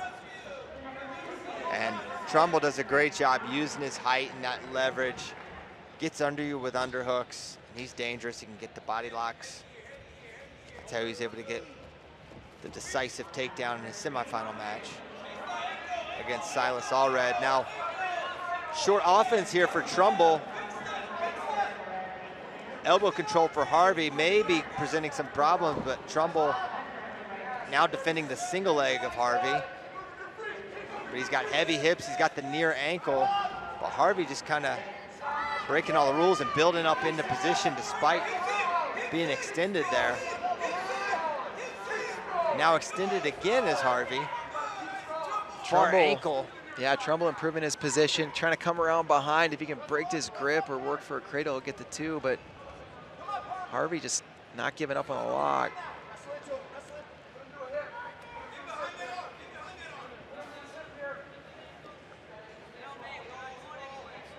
Every time it looks like Trumbull's gonna finish, Harvey, yeah, just kind of, oh, there you go. Snaps that hand off. Now he's in good position for that finish. Can he get it? And they're gonna give the takedown. Nice job by Trumbull. Harvey had a couple nice moments in that exchange. It looked like he could pull himself into position to score, but it's Trumbull's stingy defense that gets him on top as he leads 3-2. And he's a tough customer from this top position, David. Yeah, he really is. Claw, he's got that deep.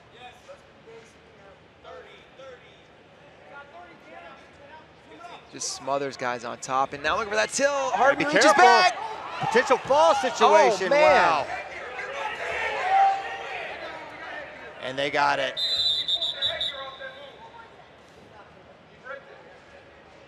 And the side official saw a headgear pull. Pat Popolizio saw it too, so there's gonna be one red. Oregon State threw a challenge break in before the technical violation had been called.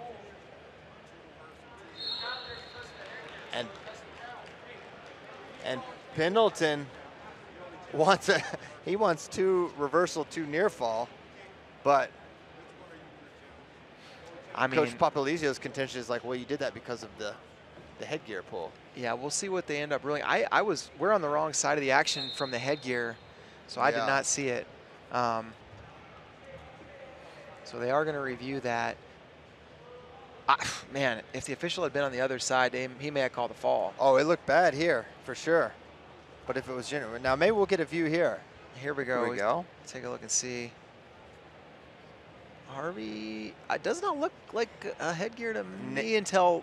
It's really afterwards. I don't know. The initial... I didn't see the headgear move. The initial danger, he just attacks the head. And there's that fall. But there he's dug in. Oh, Look, yeah, he's got the, yep, he's got it. The question is, at what point does it come? But yeah, you're not getting 2 near fall, 2.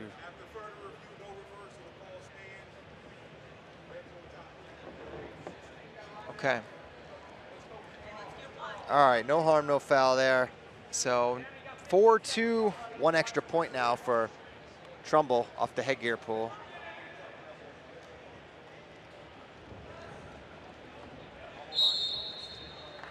Escape here is huge for Harvey if he can get it. He's got hands split, but dropping down the leg well is Trumbull, 6 seconds. And yeah, no. And drops into that double underhook and not gonna get the escape, 1 second remaining. Yeah, Interesting. I mean, seemed like he had that leg up in the air for a long time. Surprised no stall call. Yeah, you got to be working to return there. There's no count from that position. You're just supposed to be working to return and get back on top. And there's the ride out. Riding time just at 44 seconds.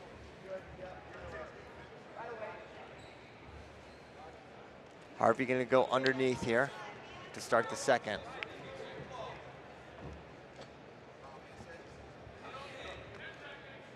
Trumbull lines up left side. Quick stand up. Looking to lift, puts him down, does Trumbull. Comes up with a half, now standing again. He's got his hands locked, looking to lift and return. He does so. Another lift and return. NC State staff wants to see Trumbull get to a wrist. Riding time now over a minute. And he scoops that ankle out, bringing him to a knee. Spiral and a claw now for Trumbull, and Harvey to his feet turns. And a reversal situation now for Harvey, and that's two. 4-4 on the scoreboard, and Harvey gonna get a chance on top. Back and forth we go. See if Harvey can take a bite out of that riding time. He cannot, not a significant amount anyways. It's 5-4 for Trumbull. Riding time at 1:16 for Trumbull, and he will have choice in the third. Yeah, you would imagine that's where Harvey can get that riding time back, but he's gonna need more than that. And he looks for a single. Nice sweep. Very extended now is Harvey and attacking that near ankle, and Trumbull was able to score. And Coach Papalizio wants to see him get to that far ankle, but Harvey able to pull up a little bit, but he can't step that left foot up because Trumbull, using his length well, has that far ankle. Harvey gets a little flatter. Better position for Trumbull, and he's almost got the ankle hooked. Harvey though, wow. Wow, he's maybe gonna finish this, let's see. And Trumbull's gotta be careful, he doesn't go to his back off the takedown, no way. They wave off the takedown. Now near side. Man. What a flurry. I think all that for no points. I think waving it off was the right call. And is this a brick? The aim for this brick. This brick didn't make it inside the circle, but one of the most poorly aimed brick throws ever. But it doesn't matter. Yeah. You just gotta get it on the mat.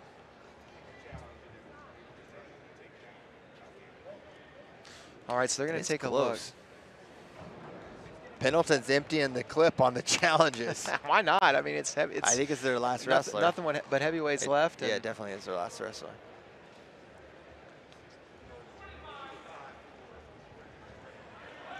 So we're gonna take a look. And one thing that NC State's corner may want to bring up is that riding time went from 1:16 to 1:09 after that takedown was called and then waved off.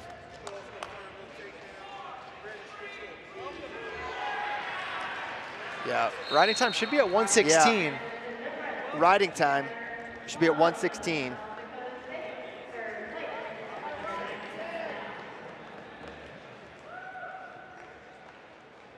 And they're getting that fixed. You're gonna invoice Coach Papalizio now? Like, hey, got you 7 seconds of riding time. Yep. I'm still gonna have to look up the market rate on a second of riding time. It's ever changing. Oh, suck back attempt. Harvey looking like he's gonna erase the riding time advantage despite those 7 seconds, so. So under a minute now. So now Harvey can't earn a riding time point. So he's got to figure out, am I going to turn him or am I going to let him up and try to get a takedown? Ride out does him nothing. These guys with fairly similar styles. Ooh, Harvey. Yeah, he got that wrist. He's kind of threatening a little bit. Look for it. Oh, man, that's not tight. So no escape given yet. They're giving him the opportunity to work for, giving Trumbull the opportunity to work for a reversal. And now Harvey locked on the leg. He's got to let go of that lock, otherwise he's going to get, now he lets go. He's still under the leg, so that's a warning. His first, I believe. He's wasted a lot of time here. If he's, I guess he's just committed to the turn. I think we're going to see him go optional. I think that's what I saw Pendleton signal. Yeah, well, now you ate so much time. I guess if you're working for the turn, but now only going to have a little bit of time to work. And then a very slow cut, just not an efficient clock management by Harvey. There's a sweep single, and he's in deep. Can he get the finish? Trying to take him through. Oh, nothing, my goodness. man. Some really fun exchanges here. Yeah, really fun. I didn't see a single for neutral, or a signal for neutral danger there. Even one swipe. That's where I would think they'd be on it a little quicker. Well, they may have both been on their backs, in which case there is no count. Now, front headlock position. And Harvey's really got to get more aggressive here. 10 seconds to 10 go. seconds. And just going to be able to hold and squeeze. And Isaac Trumbull going to be your champion here, 6'4", taking home a title at Cliff Keen, Las Vegas. Good win for him. Harvey's right there. He really is. A couple little things. He can win that match, but Trumbull got it done. Tell you what, that'll be fun to see the rematch. Both really was. Both Papalizio and Pendleton, John Smith products, and they both have a history of getting their guys ready for the postseason and see improvements, but it'll be fun to see that one again.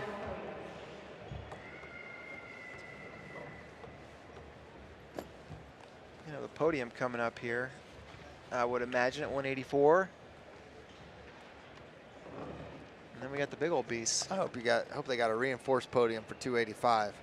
There's some big boys out there. Mason Paris could be taking on Lucas Davison, all Big Ten matchup. Know anything about their history, David? I don't know for sure, but I'm going to look it up. I was too busy thinking about the structural integrity of the podium, but I trusted Chirella's with that. I do. I trust him as well. So 8-5 for Mason last year, 7-2 for Mason in their 2 meetings. Yeah. Davison continues to improve. And you know, for a guy that starts at 197, you would imagine the more and more reps you get at heavyweight, the better. But definite size difference. Mason put on some weight in the offseason, effective weight. Yes, he did.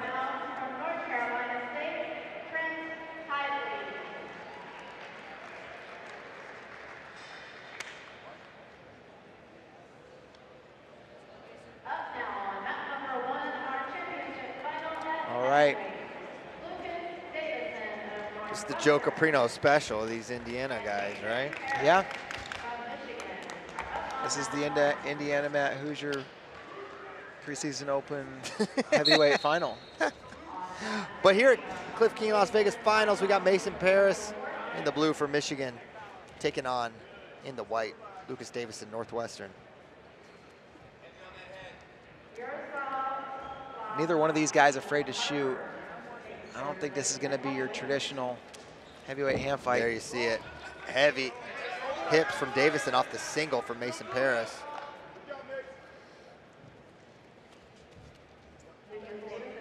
Mason loves that single leg. He'll get your elbow and hits a nice dump, and he's got a good just straight on double leg. But he finishes well, head outside, and that served him well in his match against Wyatt Hendrickson. As you see, another single leg fired from Lucas Davison, but what in the world? Picked him straight up to Davison. Chest wrap action and flying off the mat. Davison is so strong for his size. You know, he's definitely smaller. And that did not feel good. Mason Paris looking over at the corner, kind of tapping his neck. Yeah. Man, wincing too on the way back. KJ says shake it off. Yeah, he may think twice about getting right back under. Just insane power on that lift. There's that single again. Now drape, double ankles for Lucas Davison. And staying on that far ankle is Davison. And now looking for maybe neutral danger zone is Mason Paris, but has not broken 90. Gets the foot on the mat. That's a good adjustment for Paris. And no, he gets out of danger for a moment, but he's still, there's potential for giving up the takedown as Mason's improving slowly. If he can step and scoop that ankle, he's in good position. There's the danger takedown. Good adjustment for Paris, but Davison right back at it. And now, could it be a reversal? It's close, and he's got that foot. Is that not two? Oh! Wow, I thought that was two. Paris has... But not awarded. They're still saying Mason is on top, and there's a reversal. It's 2-2, and they're going to take a look. And what do you do if you're Matt Storniolo? Do you... Yeah. It probably doesn't make a difference for the challenge because... Now, if they go back and say no takedown, then they're gonna go back to that point, right, on time, and it'll be 0-0. I guess it's low risk because they would lose the riding time if it gets wiped, right? Yeah. Because Davison can't earn points for that. Yeah. If they overturn the initial takedown. Yeah. So it's gonna be either 2-2 or 0-0.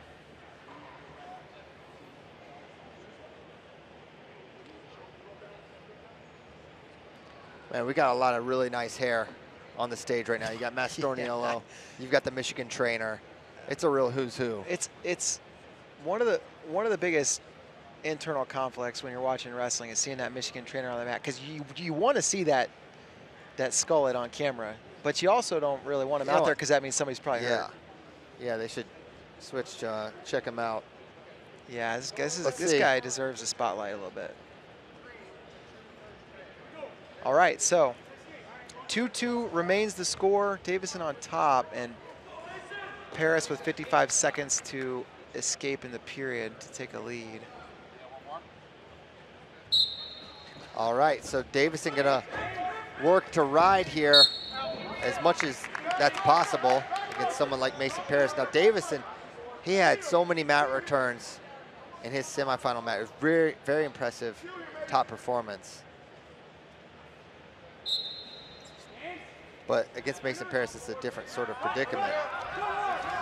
There are turns and cuts, and Davison drops down. Now the bounce is 3-2. Escape for Mason Paris.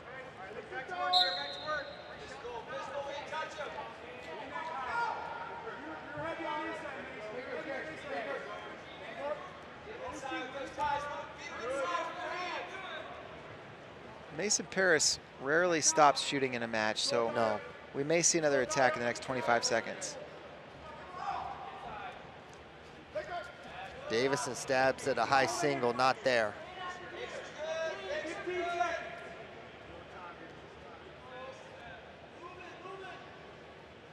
Now just 10 remaining. A pretty exciting first period, a lot of attacks, a lot of the action generated from Mason Paris, and then Lucas Davison had some nice moments himself. 3-2 after one for Mason Paris.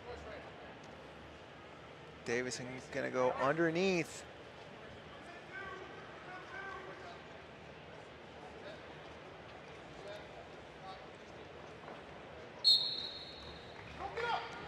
Up to his feet right away is Lucas Davison. An immediate escape makes it 3-3.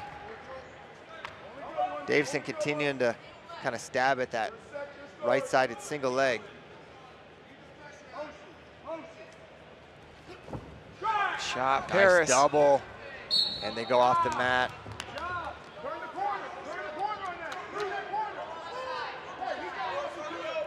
And you wonder, could Mason earn a stall call against Davison? He's been so much more offensive. Yeah, it's the only way he knows. Yes. Yeah, and not just offensive, but going off the mat multiple times, striking fear into the hearts of the photographers.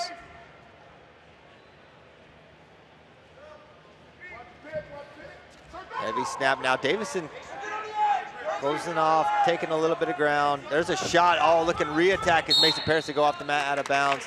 Action call on the edge. Really nice re-attack there for Paris, but I think Davison was pretty well aware of his position as related to the edge of the mat. For sure. Minute 7 to go in the second period. As Davison grabs an elbow, then posts.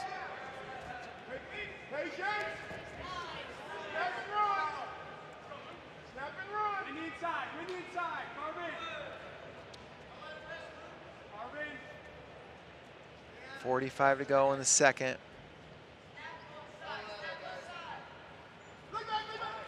There's that same single leg. And you could tell Lucas does not want to hit his knee and be all the way underneath. Now re-attack from Davison after the shot. And they go, oh, whoa. Action is the call, and I do appreciate the consistency because Paris has taken Davison off the mat in similar ways.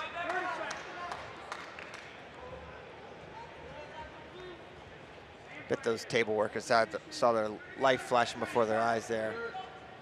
Yeah, these guys are keeping a lot of people on their toes.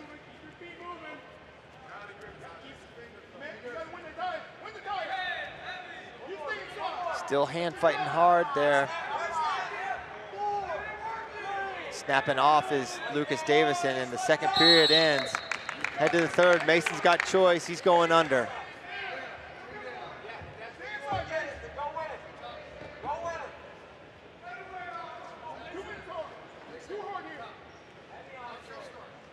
Davison wanting to give himself as much time as possible on his feet to find a takedown, and so gets Paris the escape. There's a shot, but he's way extended. Not where you want to be if you're Lucas Davison. You'd be happy for a stalemate here. There, he hips up in, now in decent position. They give the 2, and he's behind. Davison reached under and grabbed the foot, but Paris on top. 6-3. That's one of those positions where they maybe could have waited a little longer, but it was going to happen. It did. They go out of bounds. 1:22 remaining in the third. Paris in good shape now. Got himself some breathing room, and you can see why Davison was reluctant to pull the trigger and overcommit, over-pursue on a leg attack, because when you're under the hips of Mason Paris, really tough to recover. But now looking for a reversal off the switch to Davison, but Paris doesn't fight it, just lets him go, making it 6-4, riding time not a factor. See the look in Davison's eyes. He knows he can, he believes he can get this. Yes.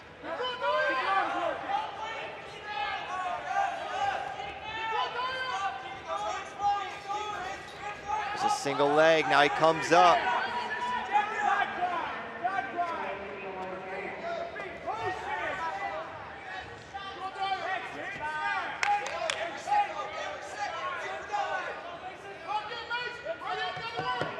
Underhook on that right side, now over under, 38 seconds to go. Davison likes these upper body positions. 33 now, looking for double unders, but Mason hand fighting well as they're on the edge, out of bounds. Action call. Coach Jackson wants to see Mason control the tie-ups better. 24 seconds to go. Yeah, I see what Coach Jackson means. For as big as Mason Paris is, Davison able to get to his underhooks and snap there off the shot.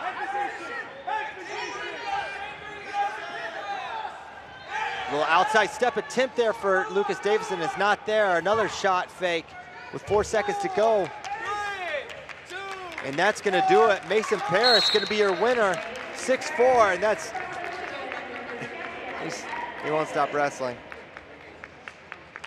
But it's over. It's been over, but Mason Paris the winner. Lucas Davison, impressive.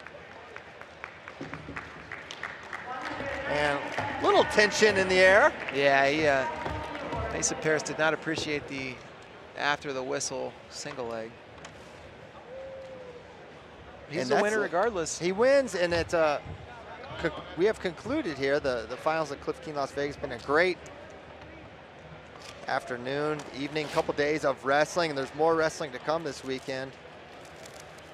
All eyes on that Iowa State duel tomorrow. Be watching that. Also Lehigh, Penn State, tomorrow, right? Tomorrow afternoon. That'll be a lot of fun.